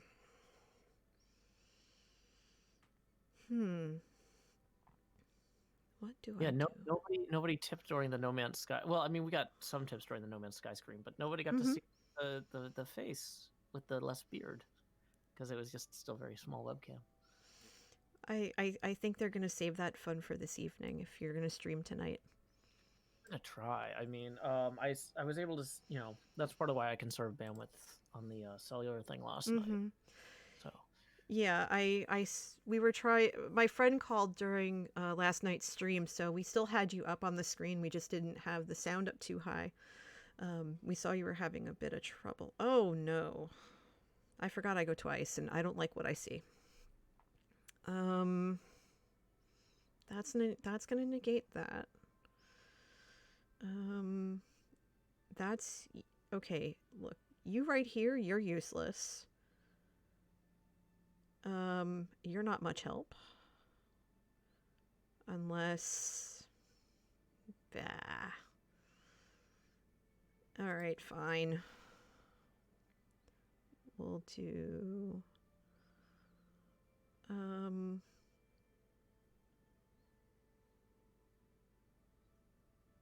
No, hold on.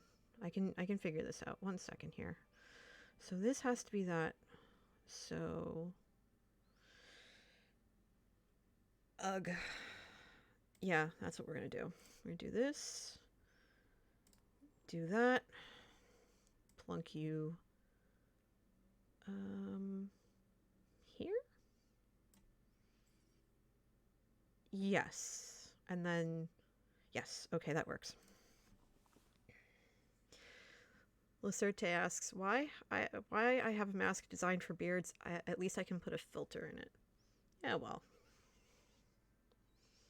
Yeah, my brother had the same problem. with his N95s. But I'm very happy he got his first this week. He messaged me Tuesday. He sent me a text and he said, "Oh my God, I'm going to get my vaccination." I'm like, "Finally." He should have had it long before me. He works construction and he's been, going to the sites every day and going to school and I'm just going, you've been an essential worker this whole time. You should have had it before me.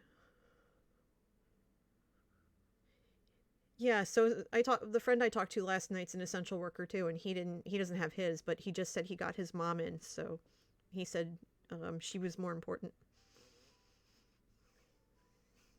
These adjacency rules are killing me, and yeah, this is just gonna be rough. The adjacency rules always are.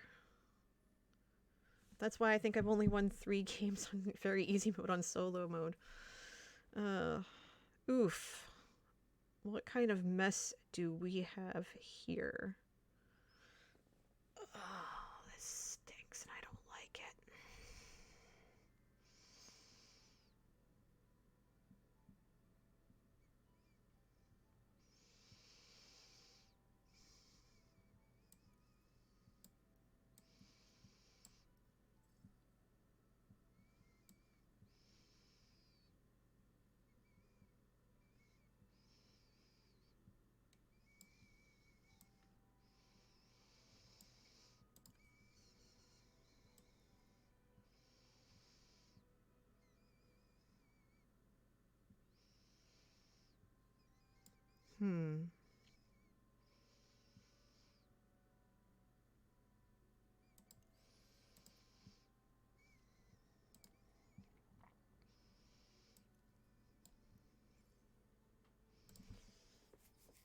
Okay.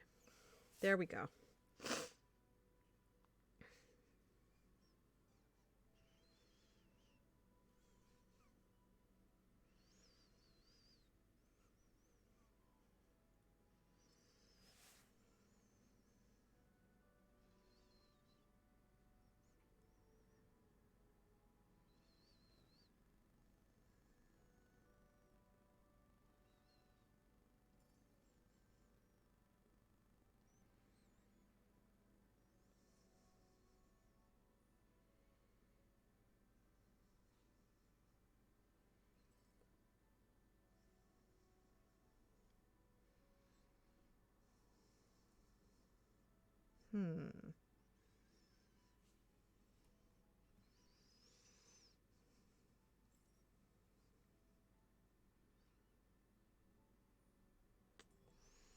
I figured you were going to do that. I didn't. I was just like at the last second, like, wait, what if I don't ruin the board for myself forever? Yeah, I had a feeling you were going to do that. Because that puts me in a very bad spot. So what... And I say, what can I do? Because... there's no blue on the round track. Let's see. I can't move... Can I move this? No. I can't move... Can I move this? No. Well, isn't this a pack of garbled potatoes? Huh.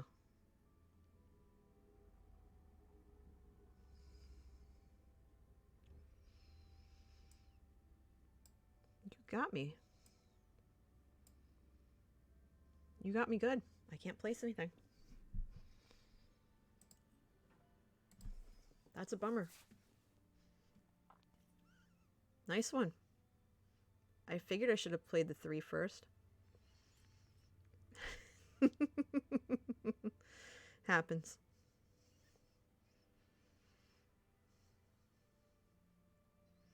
Okay, well, let's see. Oh boy, this row up here is just a mess no matter what. Mm-hmm. I don't even...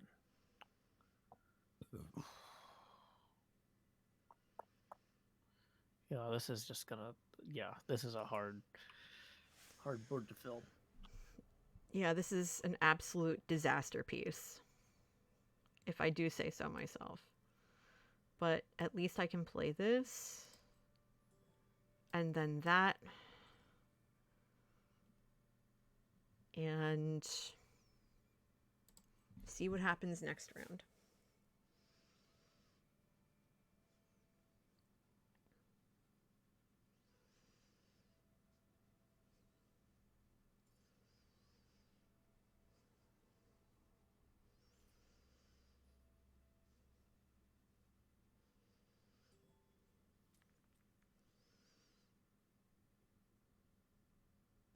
The lack of fives is disturbing.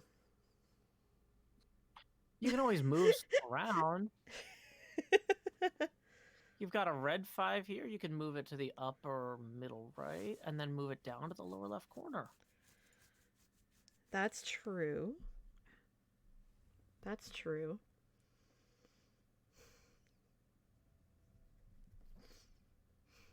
Is it worth it though? Well, let's see. I'd still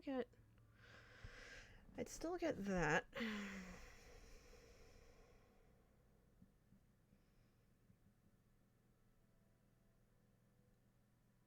I could still get that.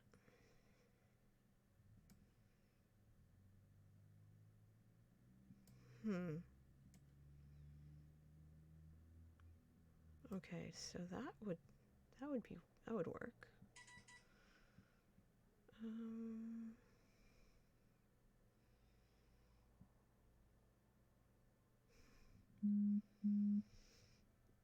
Edmodo, why are you calling me a nerd?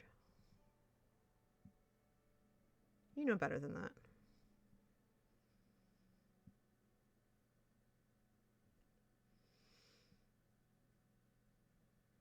Yeah, I think I'm gonna have to do that. Move you there. Oh, no. Then finish that off. Do this. And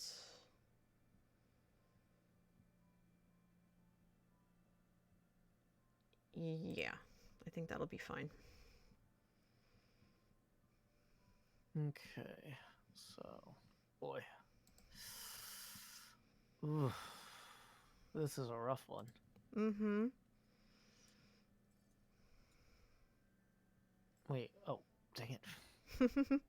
I always forget when I get the 2 in a row. Mm-hmm. There we go. So I killed several of my bonuses there, but at least I filled the board.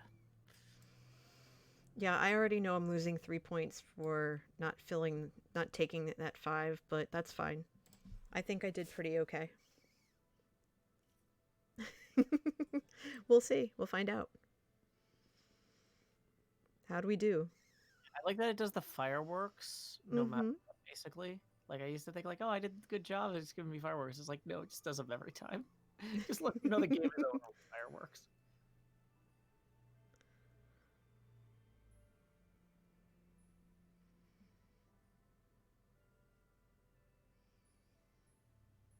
Oh, 3 points. That's all I was able to get. Nicely done. GG, NJ. Very good. Very good game. Yeah, well, thank you for having me. I gotta go and do some cleaning, but it was nice to hang out while I ate my lunch. So I appreciate you.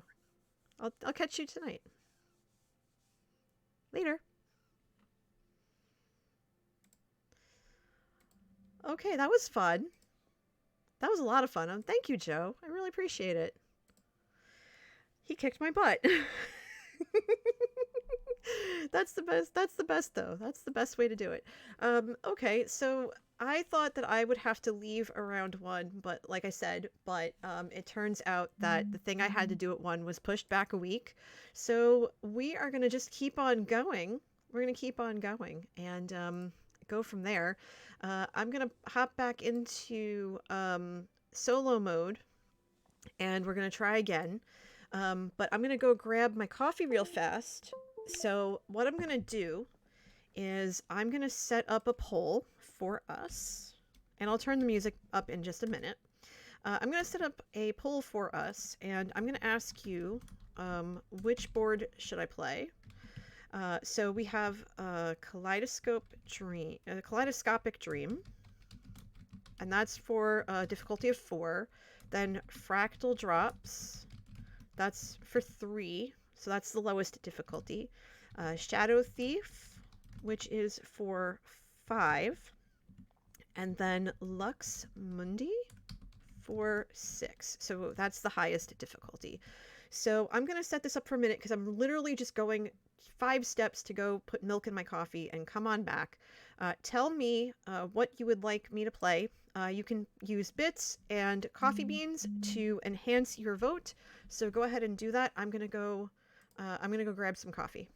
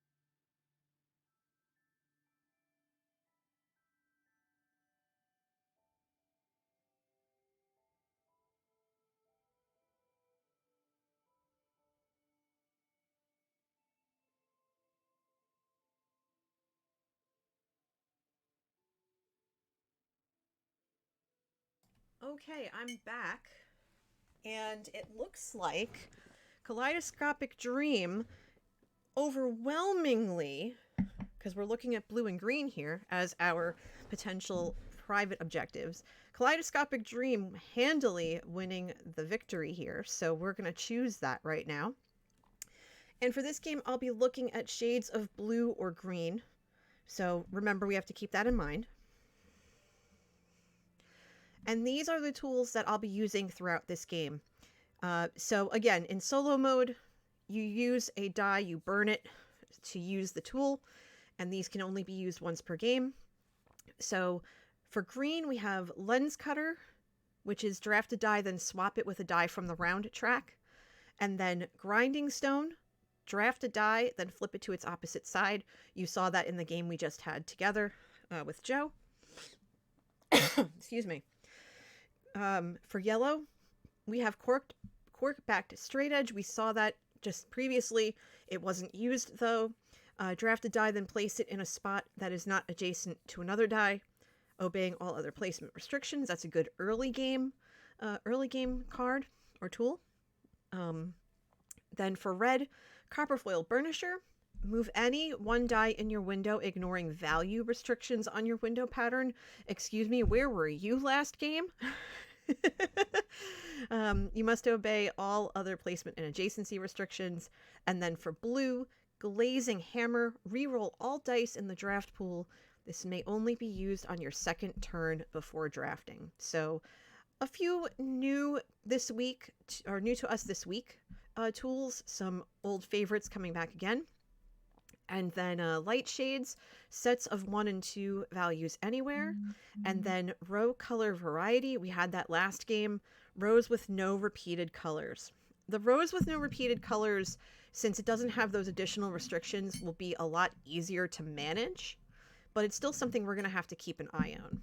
With having the columns not be color restricted, that's going to make it very easy to get those 24 points.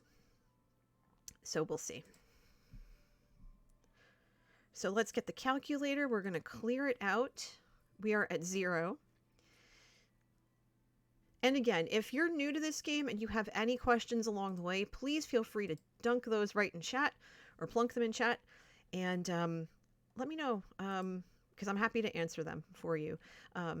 In case you're wondering, this game is made by Floodgate Games. They asked me to say that. So what are we starting out with? We're starting out with a green 6, a green 4, and 2 blue 1s. Well, it's too early to use lens cutter because there's nothing in the round track, so we're not going to worry about that. It's basically too early to use anything right now. This is the first round. What I think I'm going to do, though, is knowing that the rows need to be different colors, I need to be very careful about what I place where. So ideally, this early on, I'm looking at the color restrictions. And I think what I want to do is place the yellow 6, not yellow 6, what am I looking at? Green, it's green. See, this is difficult, because the greens are messing me up. So I think what I want to do, though, instead, is I think I'll place the green 6 here, because there's already a green here, and there's a 4 here. And then I think I'll place the blue 1 here. So it'll look like this. This will allow me to spread out a little bit. If there's a red, I can take care of that red restriction right away. If there's a 4, I can place it up there. And thinking about colors, I want to think ahead. I know that there isn't going to be a green 4 here.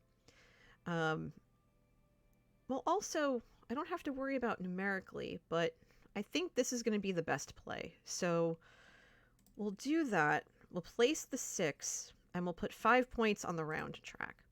In solo mode, the score to beat is dictated by the total of the dice in the round track.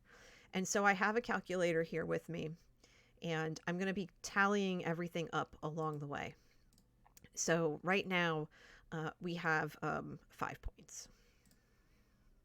What are we looking at for this round? We're looking at a red 2, a yellow 5, a green 5, and a purple 5. So that's a lot of 5s. That's a lot of 5s. So I think what I want to do is, this is a good time to use cork-backed straight edge, because that's going to allow getting access to the other side of the board. Because with the adjacency rules, you're basically slowly building out from wherever you start, and you're basically extending outward. And so access to the other side from where you start is impossible early game without this tool. So what we're going to do is we're going to use corked back straight edge, and we're going to burn this 5. Hi, Pain Dragon. Good to see you. Come on in. Thank you for the follow. And also Mr. Quisling, Astro Cypher, Phenagon Live, Purple Gallium. Thank you all for the follows. I really appreciate it, everybody. Come on in. So we've burned that 5, and we can place one of these anywhere we like. We need to fill in this 5, this row here, and we know that the colors can't be repeated, and it'll be good to get a 5 out of the way. So that we're going to put there. Also, that now gives us 11 points towards this private objective of green. So that's perfect. We can then go ahead and we can place this purple 5 anywhere we like, because we could also place the 2. We could. We could. Should I place the red 2 or the purple 5? Because the purple 5 I would put adjacent to the green 6, and the red 2 I would put in the red restriction.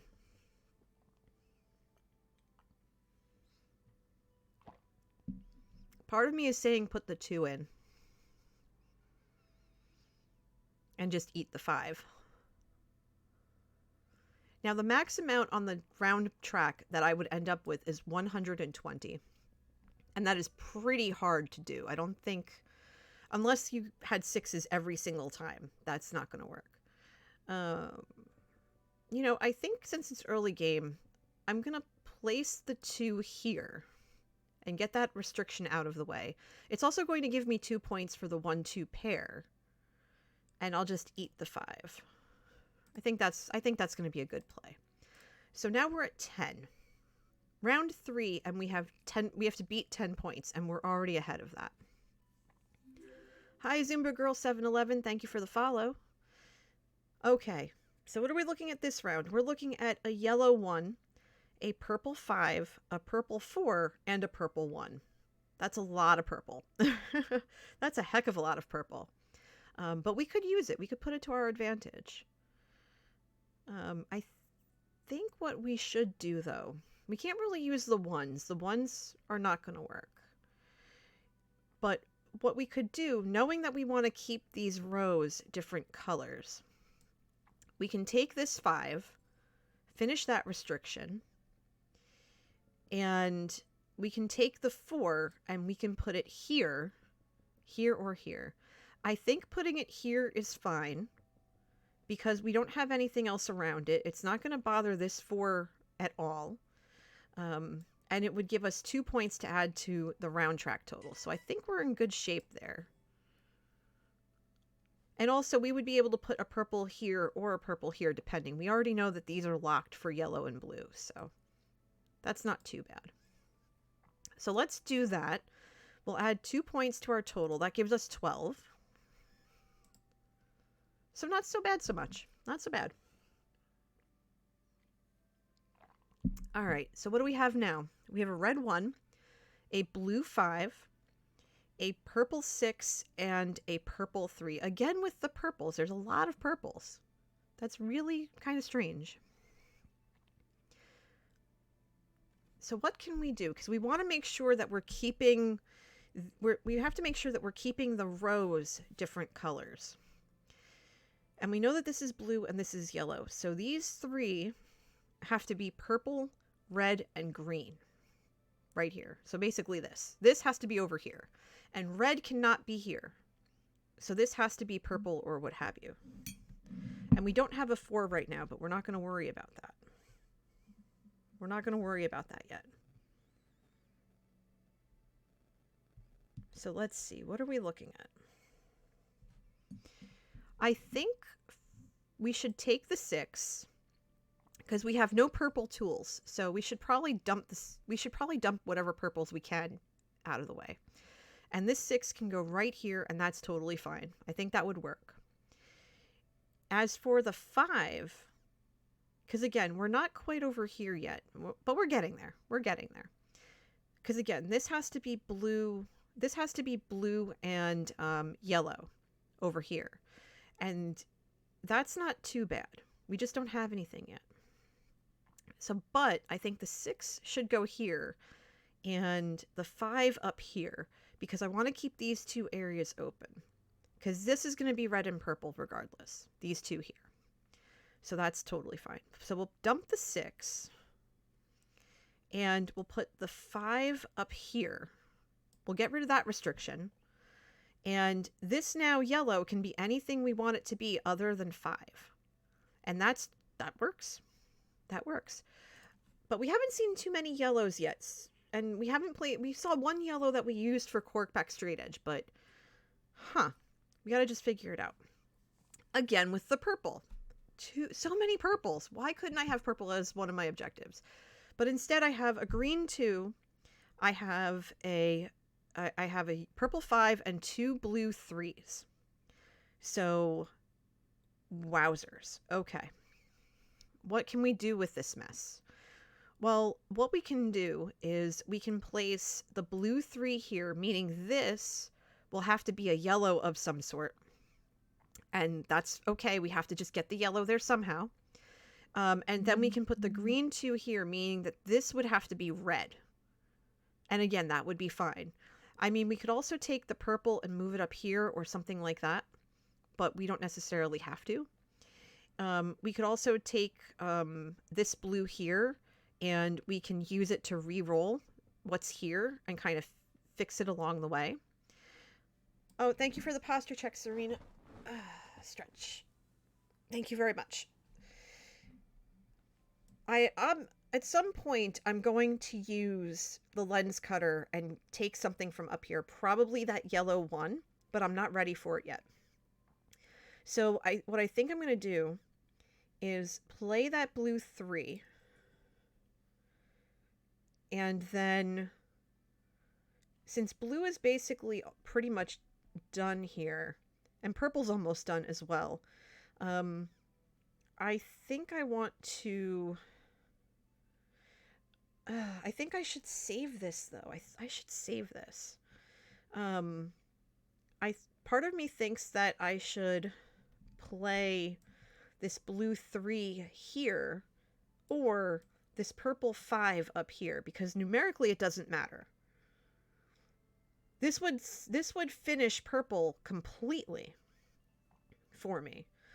But at the same time though, I want to I do need blue and green. Cuz right now I have 11 for green and I have 9 for blue. So if I go ahead, because I know that this has to be green and red here, I think what I want to do is play the green 2 here, make this 13, eat the 8 points, knowing that I can just come back for that later, only having to worry about these 2 restrictions over here. So I think that's what I'm going to do. I'm going to add the 8 points. So now we're halfway through and we're only at 20. So that's not too bad. Honestly, not too bad at all. Not too bad. All right, where are we now? We have a red 6, a red 3, a red 2, and a purple 4. Okay, not too bad. I can't play the red 6 in this bottom row because there's a 6 right here, but I can play the 3, so I'm going to do that. And so all I need here is a yellow, so that works. So let's do that right off the bat, because that's going to save us a lot of grief. The 6, the 2, and the 4. The purple 4 would be great in this spot, but again, I want to maximize the color variety, so that's not going to work there. I could put that up there. What I think I'm going to have to do is one of 2 things. Either take this 6 and put it here, and have this yellow be anything that is a 1, a 4, or a 5 here. I think that would be fine. The lack of yellows is disturbing, by the way. Really is. That might be something I'd have to do just to get it out of the way and just take the 6 points and run. Because I don't necessarily need the 2s right now. I only have 1, 1, so... yeah, I think that's what I'm going to have to do. I'm going to take this 6. Because I don't want to use this yet. I'm not here for this yet. I'm not ready for it yet. I mean, if necessary, if another blue comes up, and I have a red, I can use this, move this over to the 4 and be done with it. But let's see what happens. So that's going to add 6 points. So that's 26. 4 rounds to go. No yellow. Come on, you're killing me here. There's 1 yellow in the round track that I'm definitely going to use. I'm definitely using it. We have a green 5, a green 4, a blue 3, and a purple 5. Okay. What can we do with this? How can we use this? What can we do?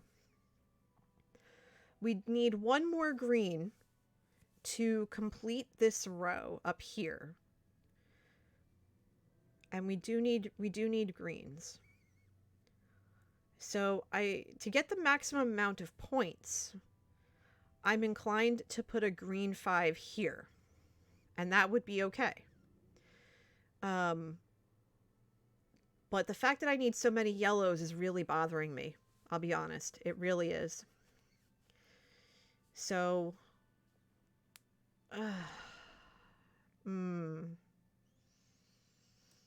wait a minute. Hold on. What can I do?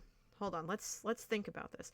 There's no red this turn, so I can't move anything yet.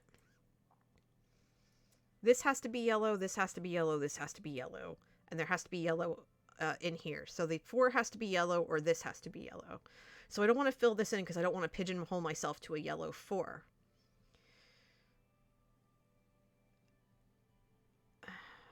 So I might have to take a few points, use this, draft the 5, like burn the 5, draft the 4, or whatever, maybe draft the purple 5, no, draft the, I don't know, maybe draft the blue, no,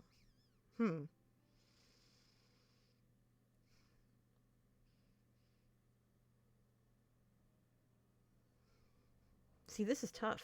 This is really tough. We still have 3 more rounds after this. So I think what I'm going to do is I definitely want to draft a die. And as much as I want to get 5 more points on the board, I think I'll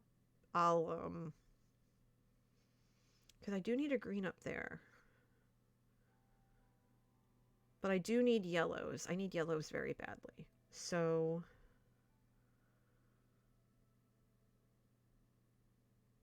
I'll burn the 5. I'll draft the 4, take the 1, and then I can put the 1 here because this yellow can be anything other than 1. And that's going to give me 6 points for the row. I think that's going to work. And then I could technically and I have to add 3 points. So that's 29. So I could use the 3 or the 5.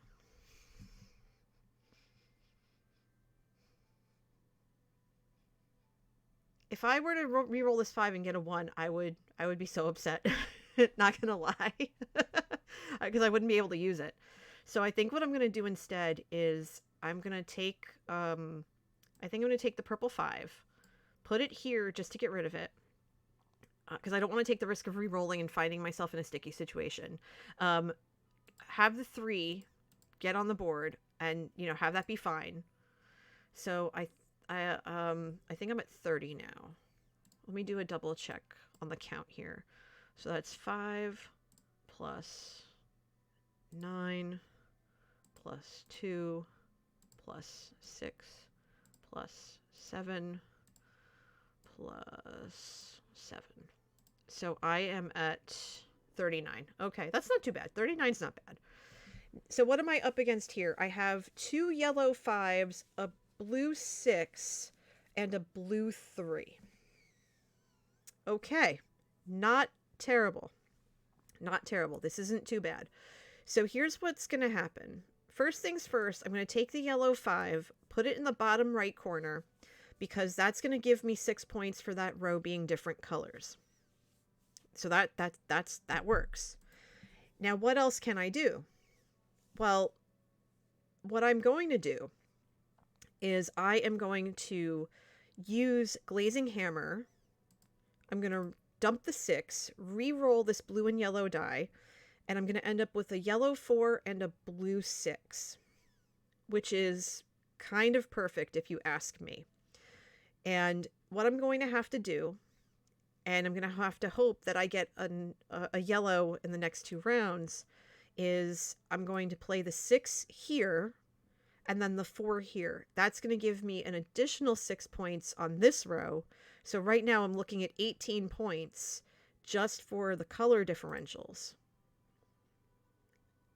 Oh, that did not work out the way I intended. That was not ideal. I boo-booed that so hard. Oh no. Oh no. Oh no. Oh no. Oh no.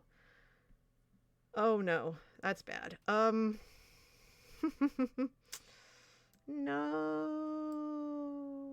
No. I botched that.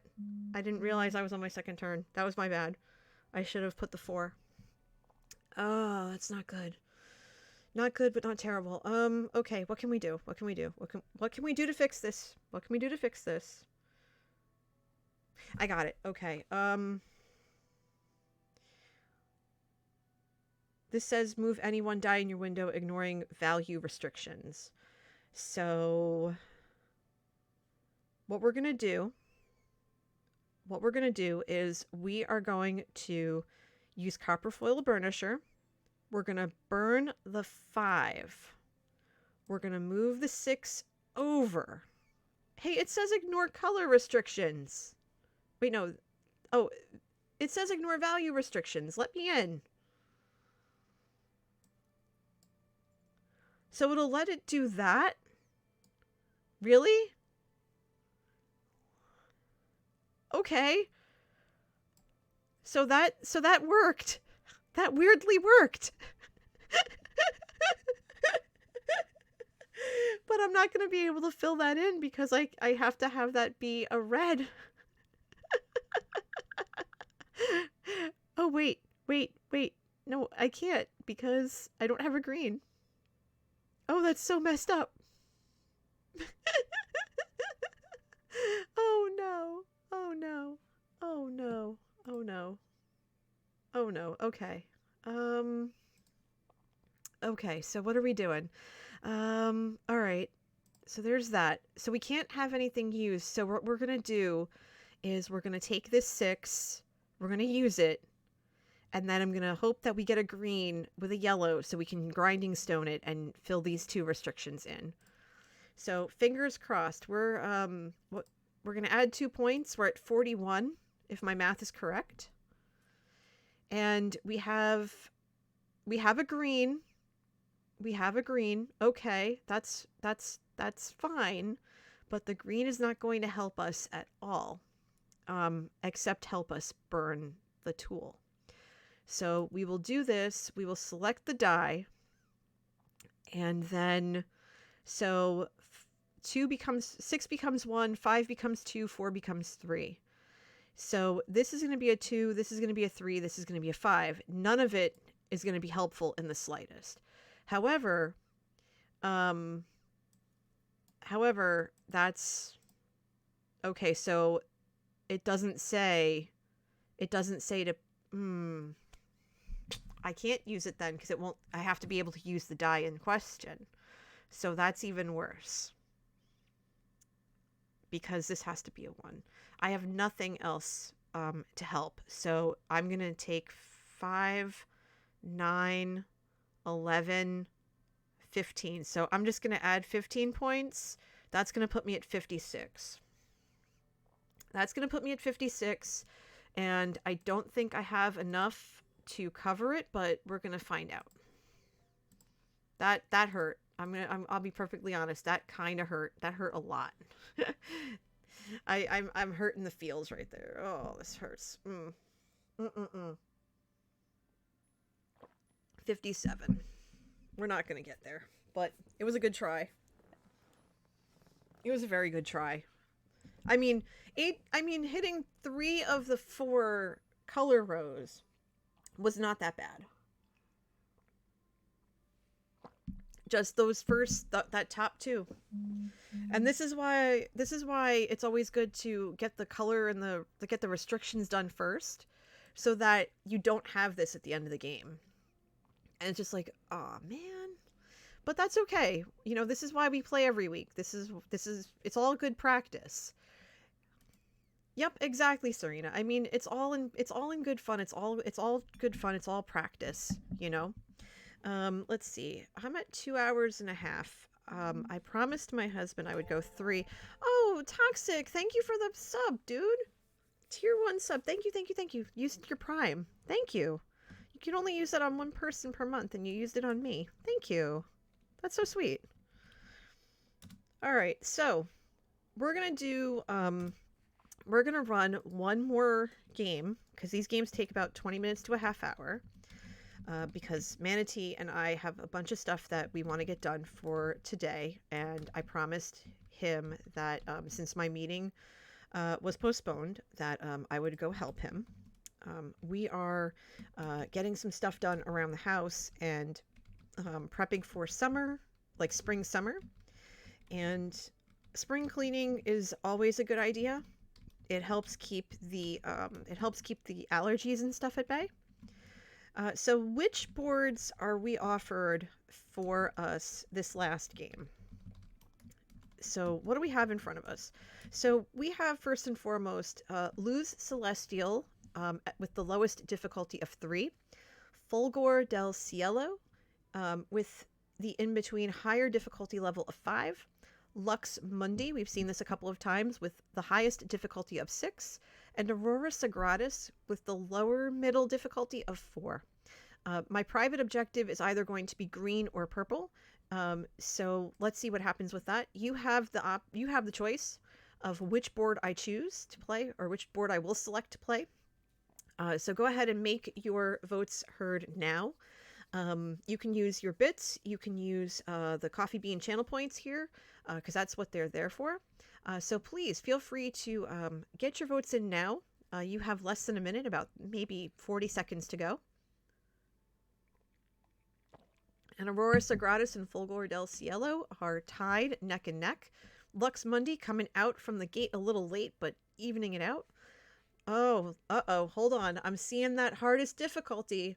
I'm seeing it come through now. I'm seeing it. Oh, wait, Fulgor del Cielo is... Oh, no, wait, hold on. Lux Mundi's coming out ahead again. Nope, they're tied. Aurora Sagradas has fallen behind. Fulgor del Cielo is up ahead, 50% of the vote. You've got 2 seconds left, and done. Thank you for contributing your coffee beans. That's what they're there for. Fulgor del Cielo is the choice of this last game, so let's go. What are our tools? We have for blue, tap wheel, move up to 2 dice of the same color that match the color of a die on the round track. You must obey all placement restrictions. Okay, fair enough. And also Eglome's brush. Move any 1 die in your window ignoring color restrictions. That would have been helpful last game, but that's fine. You must obey all other placement and adjacency restrictions on that. And the others are for purple. So this is a very purple heavy tool set. We're going to probably be in for some trouble, but this is what's going to make it interesting. So for purple, first we have Flux Brush. Draft a die, then re-roll it. If it cannot be placed, return it to the draft pool. Grozing Pliers. Draft a die, then increase or decrease its value by 1, whereas 1 may not change to 6, nor 6 to 1. And then Flux Remover. Draft a die, then swap it for a new die from the supply. Choose a value and place the new die obeying all placement restrictions, or return it to the draft pool. So interesting choices here. Nothing really useful early game, but that's a-okay. Now, what are our public objectives? Well, we're in for a challenge because we not only have row shade variety, rows with no repeated values, we have column color variety, columns with no repeated colors. So we are looking at 40 points here of shenanigan goodness, I guess. So this is something to keep in mind. And this column is already spoken for in terms of red and blue, so this is going to be a very interesting board to play, especially with trying to keep the rows different numerically. How are we starting this off? We are starting with a red 2, a yellow 2, a blue 1, and a purple 6. Well, we already know that this is going to be a very purple heavy tool set we have. But it's too early to use any of these tools. So what do we do about this 6 that's right over here? Well, we're going to take it and plunk it right in the corner. So purple for this column is spoken for. That's totally fine. I think that's going to work. Now, with the red 2, we can't place it here because we have a 2 above it, and that would negate this space, and that wouldn't do us any good. We could put the yellow 2 or the blue 1 here and here. My thought process is to take the yellow 2 and put it here to open up our field of vision, if you will, and make all of these different spaces accessible to us. So that's what I'm going to go with. And so, boom, there you go. So that's going to put 3 points on the round track. So we're going to clear last game's round track. We're going to add 3. And look at what we have next in front of us. We have a red 3, a red 2, a green 6, and a blue 3. Huh. Well, the red 3 and the red 2 cannot be adjacent to the purple 6 because there's a 2 above it and there's a 3 spot to the side.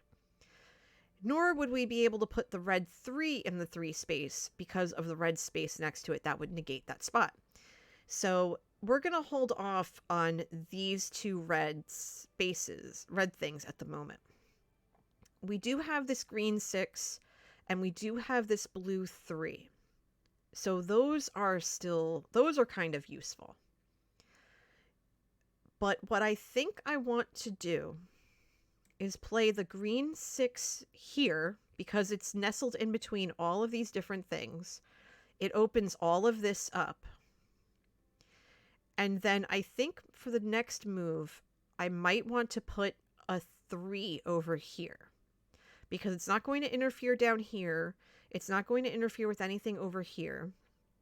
And it'll open up all of this. So right now, this area over here is not going to be open yet. These top 3 spaces.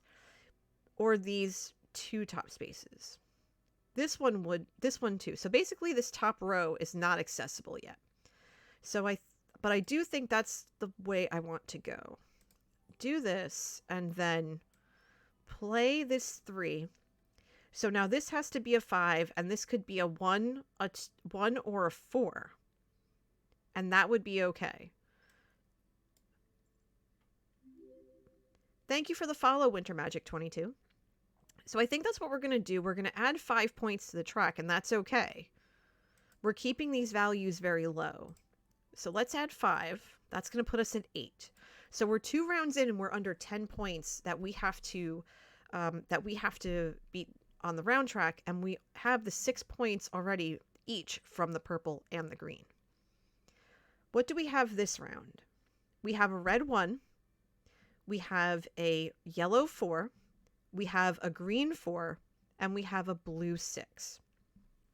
Well, the blue 6 cannot go in this blue space because there's a 6 below it. So we know that's not going to work.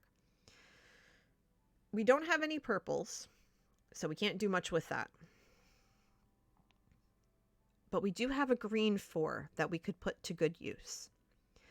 So what we might want to do is take the green 4, put it in this 4 restriction, get it out of the way. Working on the column colors, it's not interfering with anything. It's keeping this separate. It does mean that this space can't be green, but that's not a big deal. Not a big deal in the slightest. But it also gives us a little leeway to reach this space up here, which we could make a 6. We could do that in this space, or we could do it over here.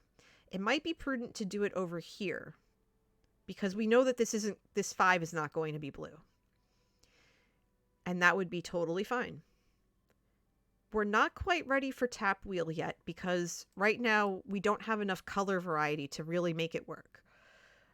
So let's get rid of that 4 restriction because we saw last game color and numerical restrictions really hurt. And then we'll place this 6 over here. 6 will be done for this row. So, and now we basically do have access to every remaining spot on the board by doing that. But we know that we can't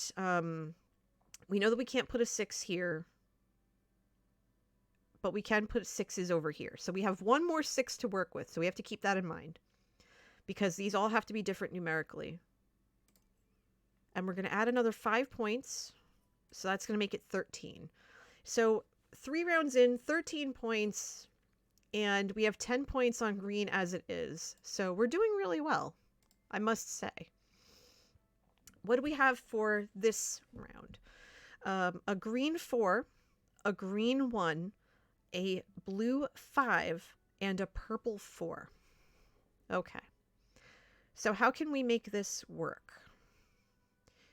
We know that the columns have to be different colors, but not the rows. The rows have to be different numerically.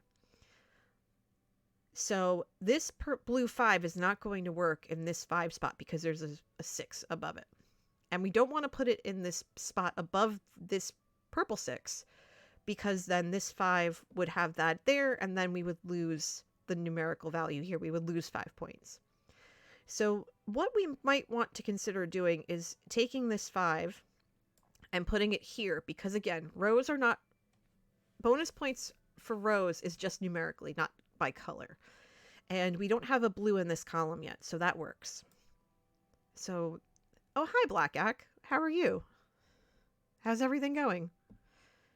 So I think we might want to do that. We also have to be cognizant of, you know, blue and purple, because those are the colors we really do need to get our hands on as well. So let's place that 5, get that 5 out of the way. And now we have the 2 4s and the 1. Now, what do you all think? Should I play the green 1 and close out that restriction? Or should I try to get 4 more points on green and play it maybe in this upper corner or over here somewhere? Or even down here in this corner? What do you think about that?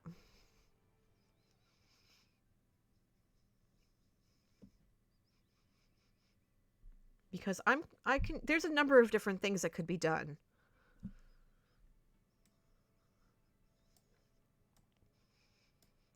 Part of me is saying that I should play the 1 to get it out of the way and then have these 2 colors go up into the round track so that when I do eventually play Tap Wheel, I'll be able to have all the colors at my disposal. That's kind of where my head is leaning right now, even though I'm putting 4 points, even though I'm leaving 4 green points and 4 purple points on the board, up there. It would also mean 8 points on the track, which I'm not too keen about. But again, it's only 13, so it's not too bad. Well, 13 total right now. So I'm not sure. That makes sense to you? Okay. All right. So we'll place the green 1. We'll get that restriction out of the way. We know this 3 wasn't going to be green to begin with anyway. It's not going to be green or red. So it's probably going to end up being purple. This 3 is probably going to end up being purple, because if it's blue, purple or yellow, to make up for the difference. It can't be red because this is here and that's there. So we'll add 8 points. We'll eat those 8 points. We're at 21, and after this round we're at the halfway point. We have a red 3, a red 2, a blue 5, and a purple 1. That's kind of amusing. I'm not going to lie.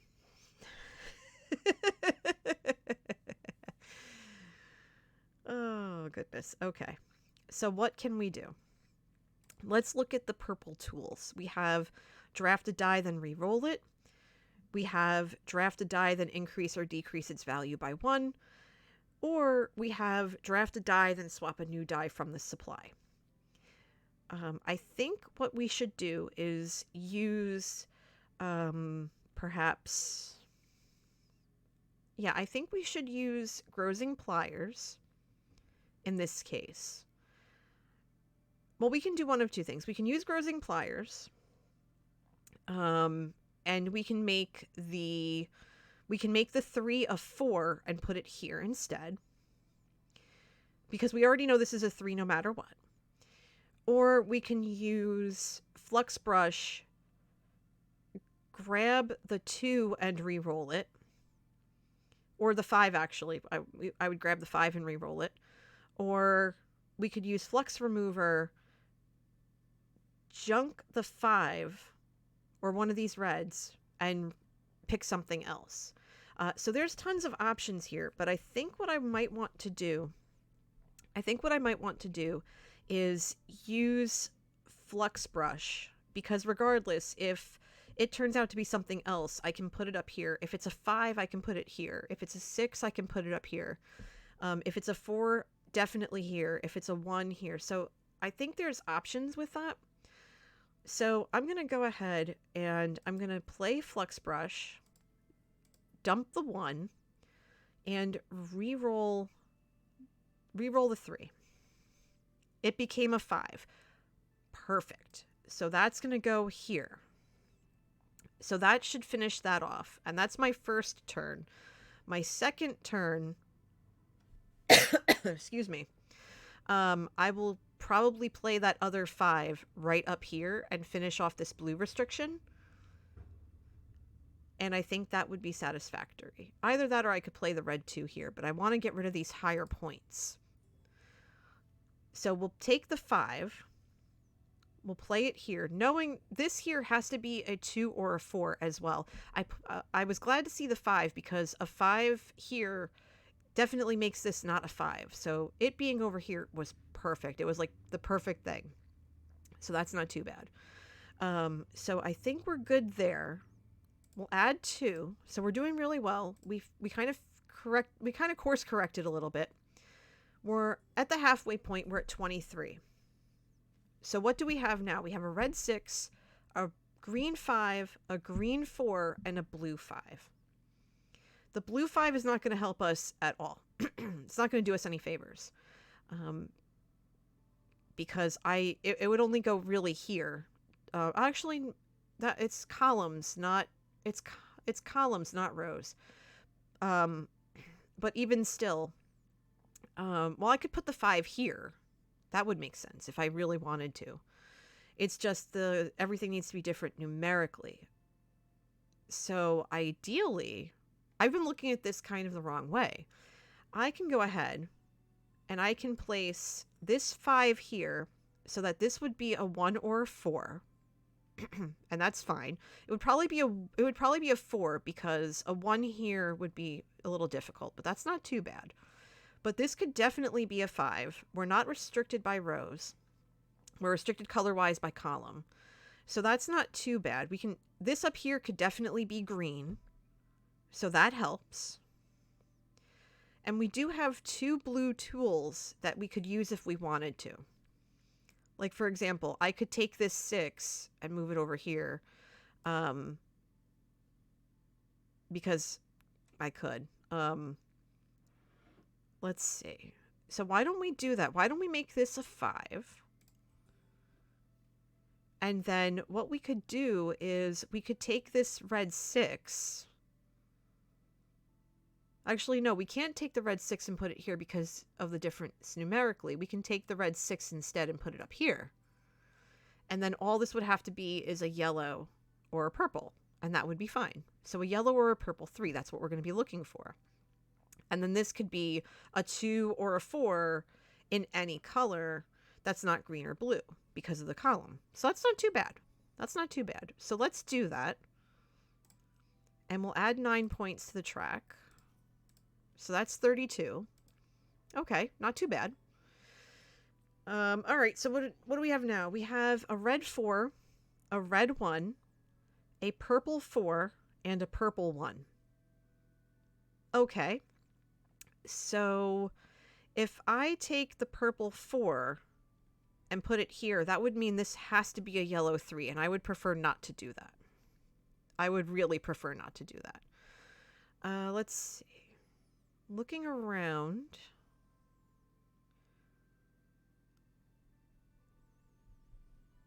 What can I do? I think what I might want to do is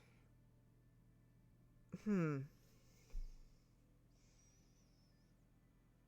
don't want to use grazing pliers yet. I think it's too soon for that. I think it might be too soon. And I do need the purples. I do.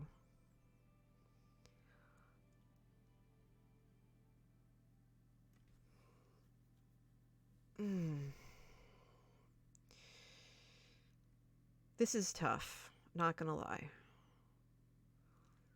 I think I'll make that a 1 so that this has to be a 2 or a 3, which isn't too bad. This has to be a 1 or a 4, so that's not going to conflict with that. And then I might make this a red to keep that going. Because this is going to be whatever. And this is going to be whatever, as long as it's not that. So I think that's okay. And then if I take this here, that's not interfering with these. This is definitely blue. So this could be yellow, green, or yellow. Oh, wait. Yeah. 1, 2, 3. So this could be yellow. Why am I blanking on the 5th color? It can't be purple. It can't be green. It can't be blue. So this could be yellow. This could be yellow because it can't be red. So 1, 2, 3. So this would have to be yellow. So that's going to be tough. Not going to lie. That's going to be tough. But I think we can figure it out. Either that or I put it over here, which might be easier. And then this can be purple. This can be purple or yellow as well. And this can be purple or yellow. So that's actually going to be better. So why don't we do that? So that 3 right here is starting to make me nervous. It's making me a little bit twitchy. So let's see what we can do about it. Okay. So ideally we got something good, but not purple. That's disappointing. So here's what we're going to do. We're going to play the blue 4 here because we needed a blue 4 here anyway, which is fine. The 1s are completely useless. We know this already. So that's something. And I think now, what can we do? Because we only have a red 3. And I can't move anything else. I could move the 6 here, but that loses points for me. I could move the 6 there, but that loses points for me. I could move the 4 over to here. Yeah, I could move the 4 over here, which would be fine, because then this can't be a 4 of any type. And I would burn the 1 to do it. Move any 1 die in your window, ignoring color restrictions. And this is move up to 2 dice of the same color. So if I moved this 4 over here... Actually, no, I can't move the 4 over here. I'd move the 6. I'd move the 6 over here, and then the 4 over here. That would give me a little bit more wiggle room, I think. So let's take a look at that. If we move the 6 here, that's going to lose points. If we move the... No, hold on. Yeah, if I move the 6 down here, that's going to lose points. And if I move the 4 down here, then that can be anything that's not yellow or whatever. It can't be red anyway. So if I did that and then that, I would move this down here. And then I would probably move this over to here. And then this would be locked to be purple. This would be purple or yellow. But that would make no sense. That would make no sense. Moving the 4 would be ideal. But I can't move it over here. Wait, hold on. I see it now. So if we move this, we take this and move it over here. We take that. No. Take that and move it over here. No.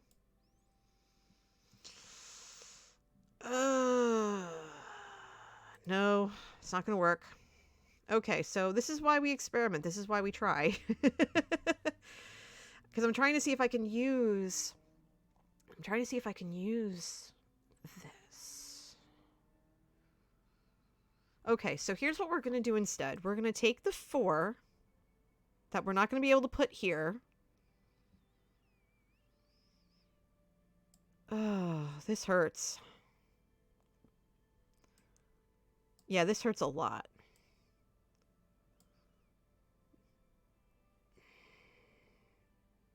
This is ignoring color restriction. Wait, this is ignoring color restriction. Hold on. Hold on. Oh, wait, because I already placed one. Never mind. So...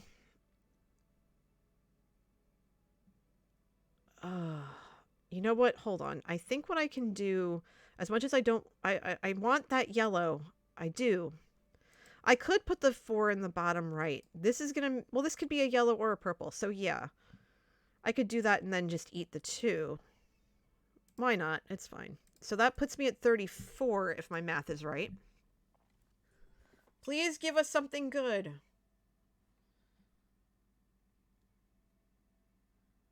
Close enough. Close enough. Okay, so what can we do with this mess? What can we do? First things first, we know the 6 is useless. That's going to end up going on the round track. Already know it. Not a big deal. What we're going to do is we're going to take this yellow 5 and we're going to complete this column. This column, no, we're not. Hold on. We're not going to do that because I just realized what's going on. Because it's all numerically. All numeric. Dang it. Trying to make up for the yellow at the beginning. Exactly.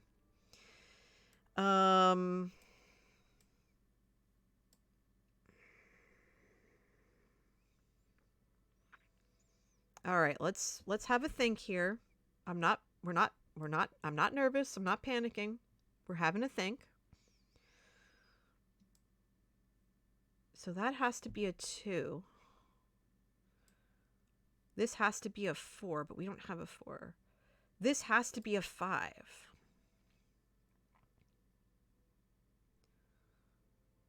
So,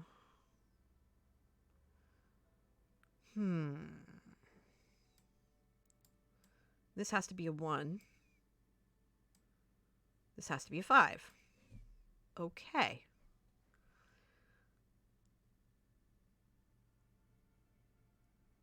I have a feeling that we're going to lose points on the rows, but not the columns.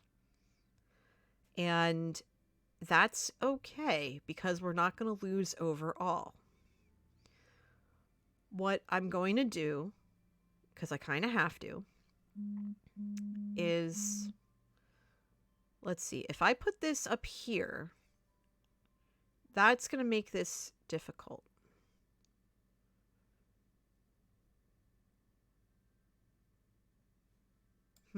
Let's think about this for a second. The blue's got to go. We know this for a fact. And we can do it one of 2 ways. We can try to move something from tap wheel, but we're not going to really be able to. Unless we move this purple, but we're not going to be able to move it anywhere. It's going to make our placement a lot more difficult. I mean, what we could do is, you know, we can't even take this 5 because we don't have another 5 on the board that could work for it. We could take this blue and move it over, but that's irrelevant because we could just put this blue 5 here and that would be fine. And I kind of think that's what we have to do and hope for a purple to kind of fix this mess. Because I have a feeling this is what's going to hurt. Now we do have Eglamee's brush, but we're not quite ready for that. So here's my hold on. We have some thoughts here. Hold on.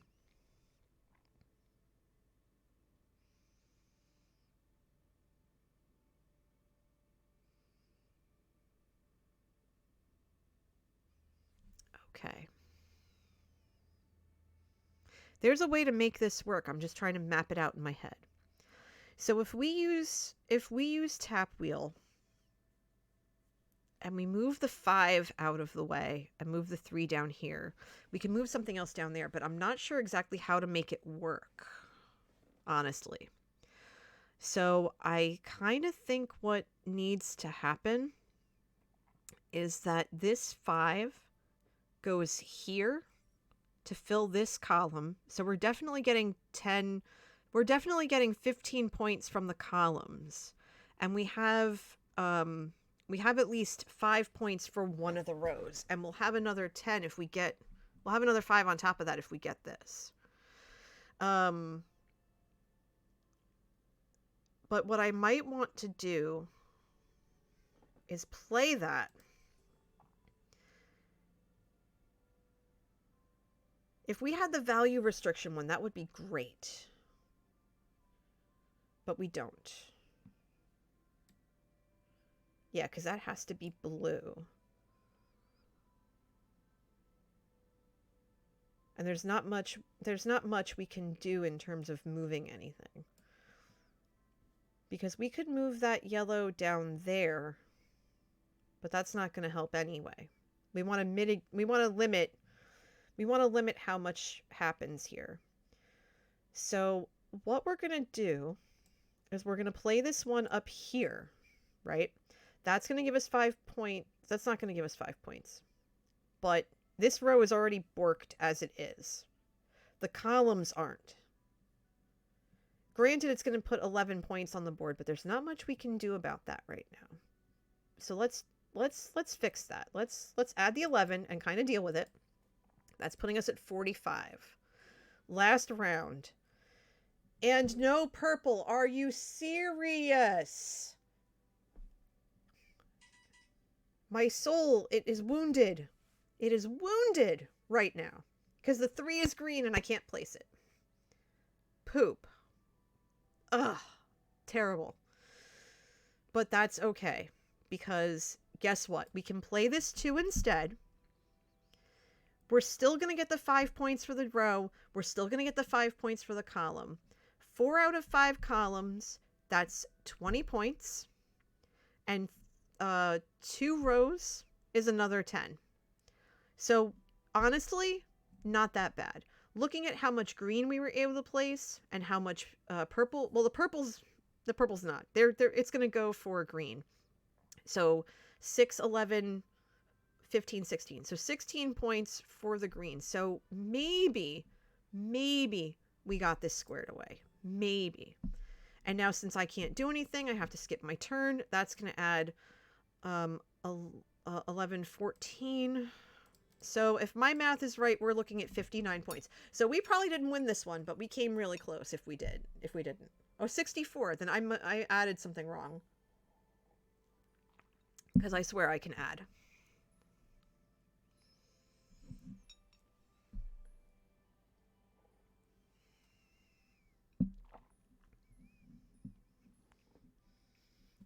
So 64 to 43. That's unfortunate, but you know what? It's okay. It's okay. We tried. But we did win one game today. That's not, I'm not going to complain about that. That is just totally fine. That is totally fine. It works. It works.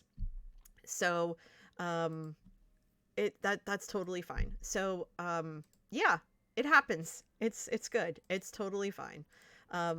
But you know, it happens. It is what it is, and I always have fun. Playing this game, so it's totally cool. So I think. Oh, hold on. Who's raiding? Who's raiding? I just heard a raid. Mrs. Tango. Hi. This is so funny. I was just about to raid you.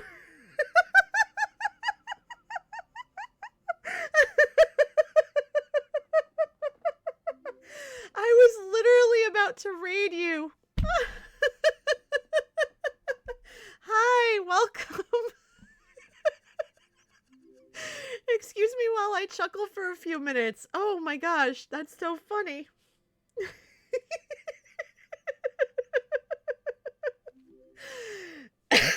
Welcome, raiders. Come on in. Can we get some welcomes in chat, please, for everyone?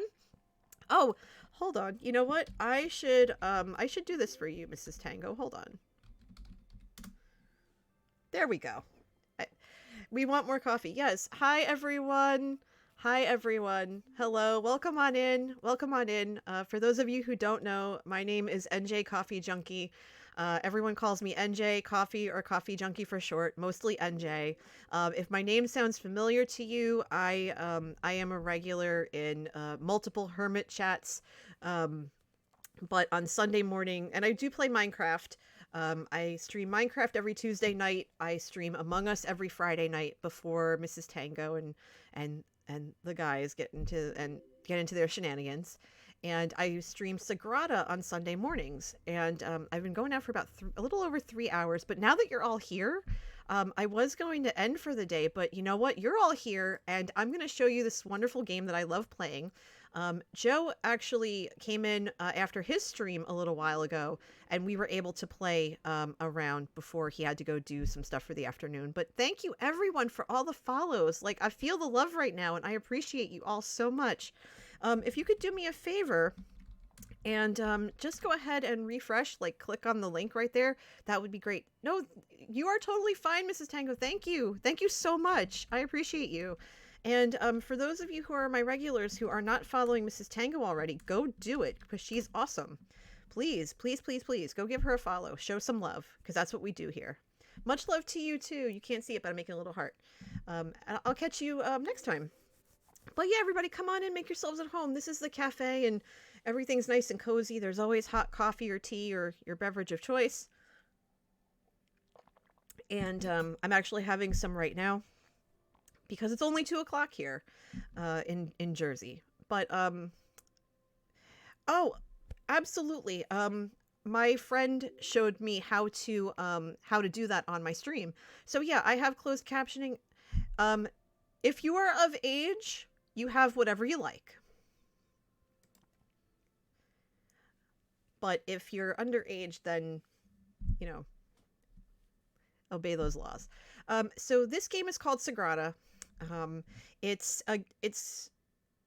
based off of or inspired by a real life basilica in Spain called Sagrada Familia. I pronounce it differently every time. And basically what we're trying to do is create stained glass windows using dice. And if you actually ever see the game in person, the dice are beautifully made. Like the components are just spot on gorgeous. It's made by Floodgate Games, and you can find this on Steam and in your local stores. I think like even Target has it. Yeah, it totally is. And for those of you asking, I actually did reach out to Floodgate Games and ask them about an affiliate program. So fingers crossed, because I know some of you are interested in buying the game, but want to wait till I hear back about that. So I will keep you posted. In the meantime, for those of you who are just coming in from Mrs. Tango's chat and have no idea what this game is or how it works, let me walk you through a game. You know what? Hold on. Before we do that, let me back out of here. I'm actually going to pull up the tutorial so that I can... Oh. I just turned the game off because I'm a professional streamer. Fantastic. Whoopsie. I boo-boo. That's fine. So let me walk you through the tutorial because I love this game so much and I love sharing it with everybody. Okay, so you're basically given a board and it says, welcome. In Sagrada, you'll be placing dice to create a stained glass window for the famous Sagrada Familia Basilica. See, I told you, I pronounce it differently every time. At the start of each round, which is signified up here, a number of random dice will be rolled. Okay. Like so. And what I rolled is a yellow 6, a yellow 4, a green 2, and 2 blue 2s. These dice represent the panes of glass needed to complete your window. It is your turn to select and place a die. You must place your first die along the edge of your window. And you can see on the screen that the middle areas are blacked out because you can't place anything there. Each window pattern is unique, containing some spaces with color or number restrictions. That yellow 6 looks perfect for the yellow space. It certainly does. Boom, done. Now your opponent will draft and place a die in his window. Players get 2 turns to place a die every round. It works in a snake-like fashion. So the first person goes, and then the second, then the third, then the fourth. But the fourth person, like if it's a 4-person game, the fourth person who goes gets to go twice because it goes in reverse order. After each player takes one turn, the round continues in reverse order, beginning with the last player placing their second die. So basically what I just said. After the first die has been placed, all other dice must be placed adjacent to a die already in your window. So as you can see by what's highlighted, it has to be directly next to it or diagonally next to it. The space to the right of your yellow 6 needs a 2 of any color. You can't go wrong. Boop, done.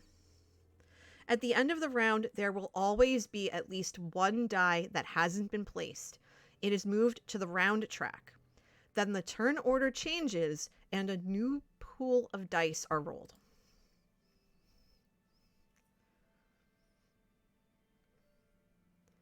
And so as you can see, my opponent gets to go first, but then when I go, I get both of my turns in a row. A die can't share an edge with another die of the same color or number, meaning there is no place to put the yellow 2. However, a die can share a corner with a die of the same number or color. The blue 5 satisfies the requirement of the blue space on your window. Let's use it. Boop, done. It is your turn again. When you're the last to pick in a round, you get to take 2 turns in a row. Placing the blue 5 opened up new spaces. The green 1 looks perfect for the green spot. Yes, it does.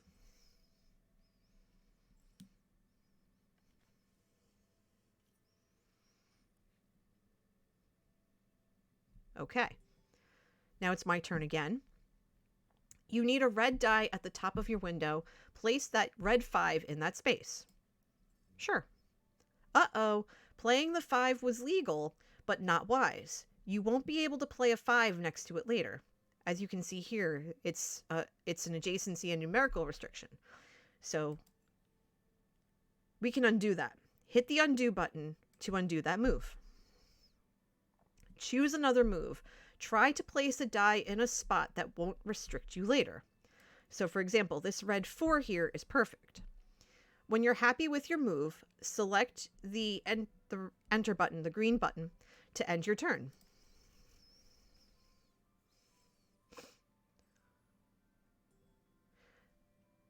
Each player starts the game with a private objective. In this case, your private objective will award you points by adding the values of your yellow dice. So that goes here. Additionally, each player scores points from a shared set of public objectives. And for this tutorial, the public objectives are light shades, sets of 1 and 2 values anywhere for 2 points per pair, color variety, sets of 1 of each color anywhere, so that's 4 points for each set of 5, and then row shade variety, rows with no repeated values, for 5 points per row.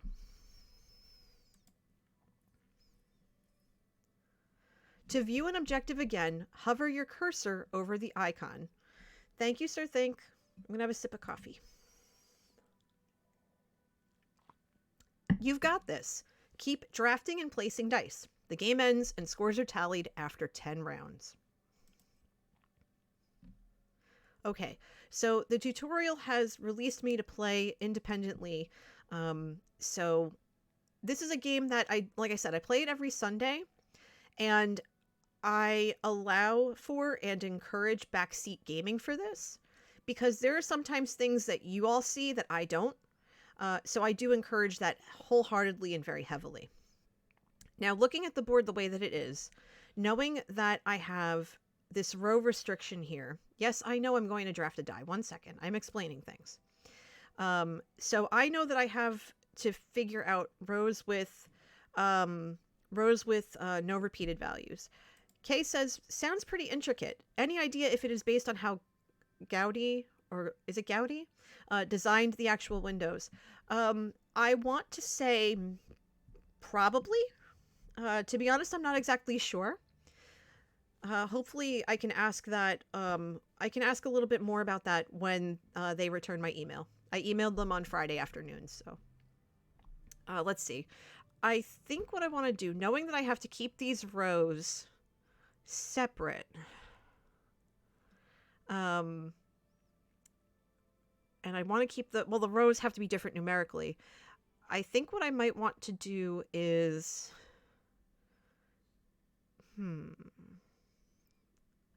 I think I can get away with placing this 5. No, that's not good. I could place the 5 here. Because if it's different numerically, this can't be a 5 regardless. And this can't be a 6 regardless. So that's fine. So we'll do that. Because that one was looking kind of shady. I wasn't liking where it was going. But yeah, I'm definitely going to have to look into that for you, Kay. But again, everybody, thank you for coming in on Mrs. Tango's raid. I really appreciate it. And I'm still cracking up over the fact that I was literally pulling up her Twitch page so I could go raid her. Because I don't get the chance to raid her very often, so. Alright, so let's see. Let's see, we have a red 5, a red 4, a purple 4, and a purple 3. Interesting. Let's see.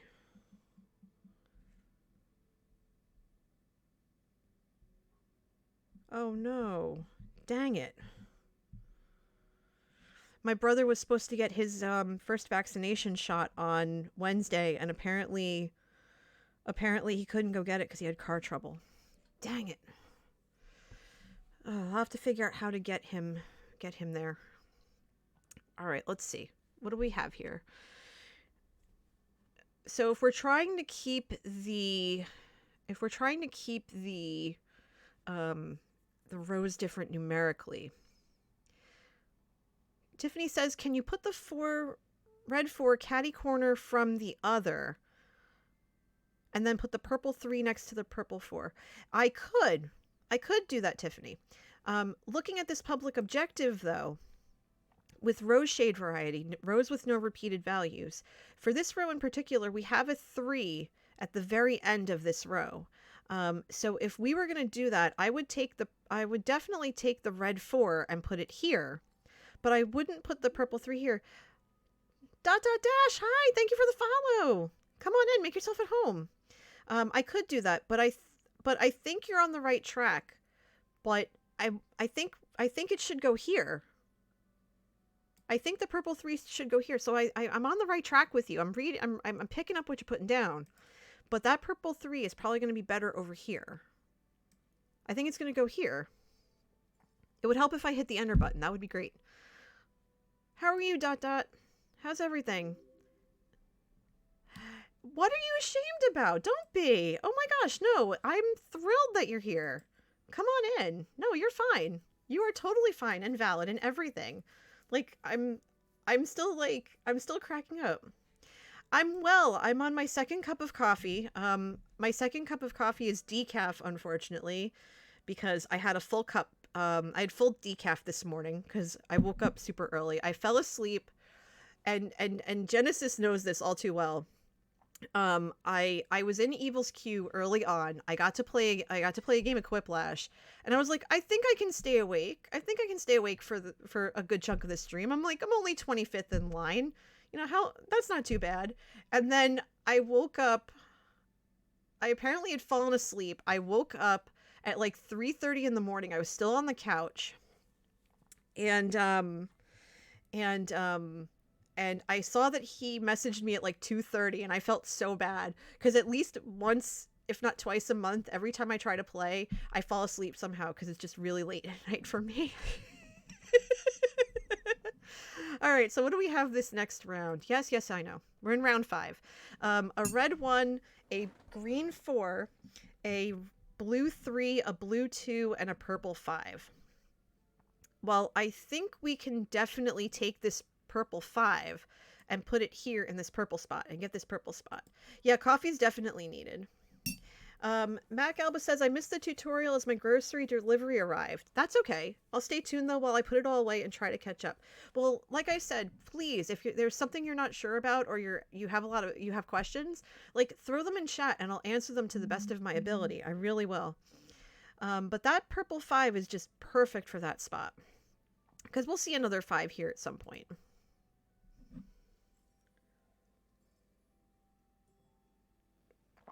Okay, what did our opponent leave us with? A blue 2 and a red 1. Well, in this case, we know that we're looking for rose shade variety. We're looking for those different numbers. And this would have to be a 2 or a 6. So this right here, boom, 5 points right there. Done and dusted. Oh, sorry, I didn't mean to bump the like. I was gonna do something weird, but yeah, derp.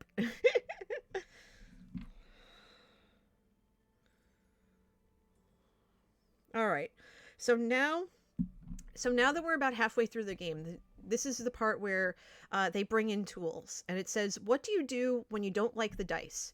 You use a tool. Players have access to 3 shared tools each game.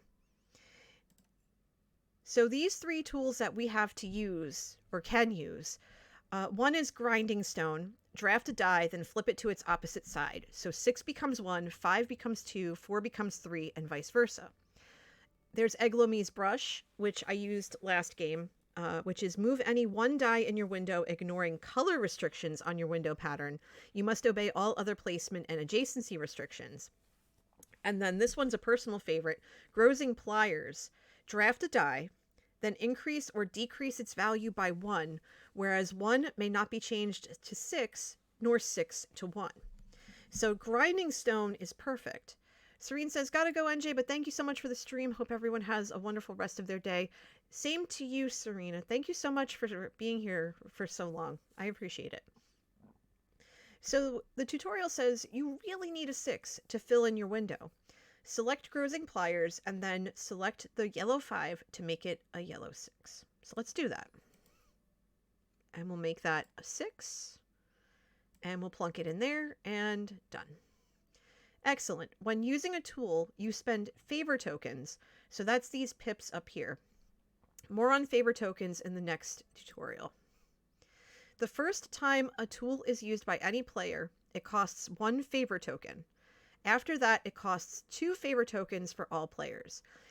You get favor tokens when you choose the board you want to play. The boards range in difficulty from 3 favor tokens to 6.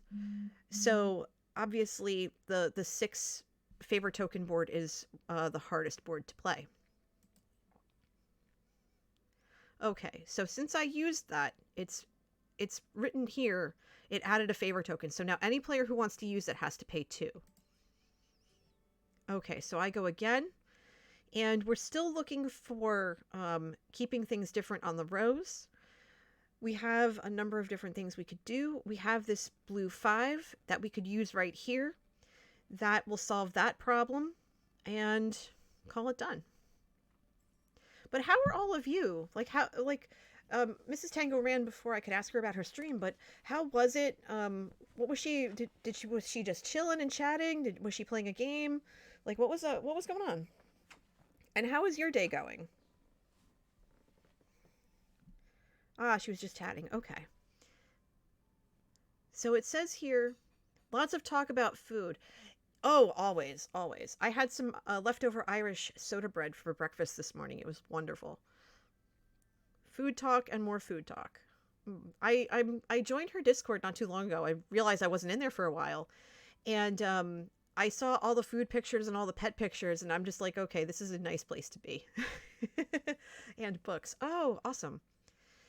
Irish soda bread is something that I only really see around St. Patrick's Day. So we picked some up a couple days ago.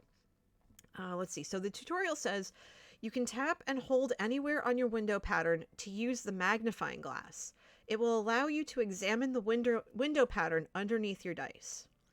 This tool is especially helpful when you're trying to use your tools, especially things that have you move stuff around. So you want to be mindful of that and definitely use it when you play so that you can figure out if you have to move something for some reason, that you're able to do so in a way that won't mess you up later. So for round 7, we have a yellow 5, a yellow 3, a green 1, a blue 6, and a purple 2. Well, we definitely need more green on the board because we want the 4 points for the color variety, and we have pretty much almost one of every color. So we need a yellow here somewhere. Keeping things different numerically, I think what we might want to do is perhaps place this 3.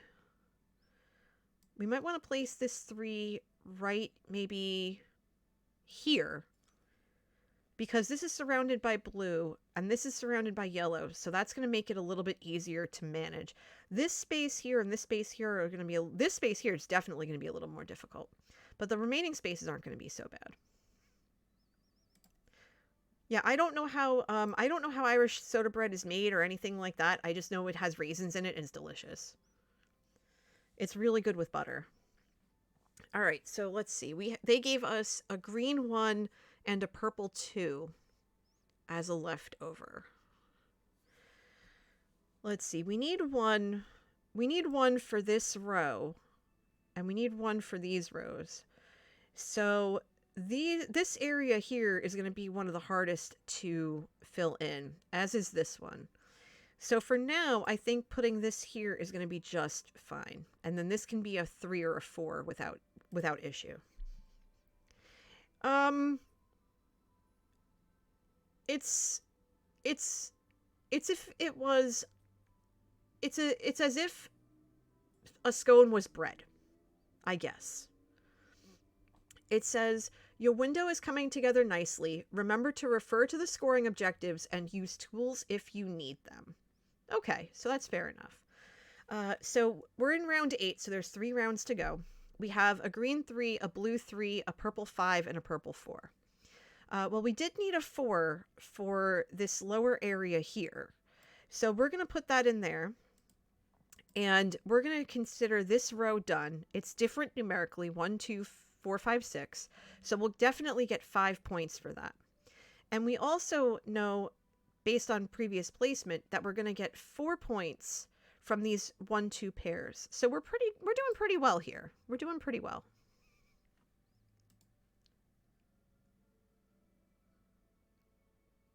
Okay. So I'm going to hit OK on that. And then I go again. So 2 3s and a 5. Well, the 5 isn't going to help me much, honestly, because I have a 5 in each row at this point. So that's not helpful. And the 3s are not going to work here, here, or here. So one of those 3s is definitely going to go here. I think because there isn't a lot of green, I'm going to take the green 3. Well, if I put it here, that might make this a little bit harder to place, but I think we might be okay. So yeah, let's do that. Let's do that. But 3s are definitely done at this point.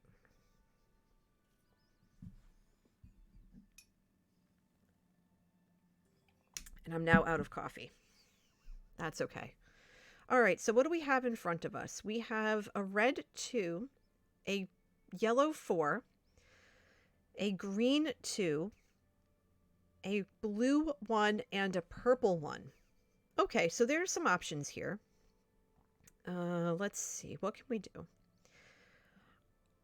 I think the blue 1 or the green 2 would be perfect right here. And just, yes, I know. Shush. I think those would be ideal here because we can't place the red or the yellow because this is surrounded by red and yellow. So these 3 here would be perfect right here. I'm kind of feeling the purple 1 maybe should go here because the other numbers I can play in the different spots. I have more flexibility because even the yellow 4 I could put here. The red 2, I could basically put everything else there. So the purple 1 I think is ideal for this spot because I can place anything else everywhere else. So I'm not worried about that. And as you can see, they skipped one. They skipped a spot. So they're going to lose 3 points at the end of the game. Oops. Now what should I put? I think what I want to do is place this yellow 4 here. 1, 3, 4, 5, 6. That is going to be another 5 points right there. And also with yellow as our private objective, we have 12, 15, 19 points for yellow. So we're doing really well. Those go up to the round track. We're on round 10. And I get 2 turns based on how this is played. This is the final round. Don't forget that you can use a tool to change the dice if necessary. What did they give us to try to force us to change a tool or to change something? They gave us a red 3. That is not useful. They gave us a yellow 1. Useful. A blue 6. Kind of useful. Purple 6. Kind of useful. Well, what we can do first is, this is how it's going to go down. We're going to play a yellow 1, and then we can play either the blue 6 or the purple 6. Now, if we take a split second and check out our board, we know that we're going to probably get, because we have 3 green. Yes, I know. We have 3 green. That's the lowest, 3 green and 3 red. So we're probably going to end up getting 12 points just from the colors, because we can't place another red or another green. So either way, the blue or the purple. And it looks like they could play either the blue or the purple. So it really doesn't matter. It just matters about their, So blue or purple seems to be the color, their private objective. So I think what I'm going to do is play that 1 and then take that blue, because I have a feeling blue is their color. They're not going to be able to play the purple or the red. So that was a really good play on my part, because now I've taken another piece of their window away. It says, congratulations on finishing your window. You score 1 point for each leftover favor token. So 2 points right there. Okay. Next, you'll earn points for each of the public objectives. Okay, so 4 points for light shades. Okay. 12 points for the color variety.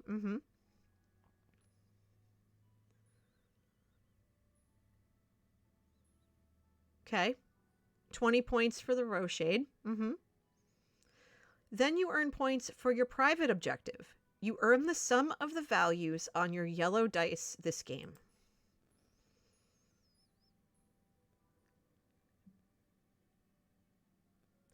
Finally, you lose 1 point for each empty space on your window. You filled in every space. Great job. We did it! Yay! You're ready to apply what you've learned to create more beautiful windows. You'll encounter new window patterns, tools, and scoring objectives in the following games. Good luck. Okay, so what did you all think? For those of you who are absolutely new to the game and you've seen the tutorial now, what do you think about the game? I'm really curious. How do you did you like it? Do you like it?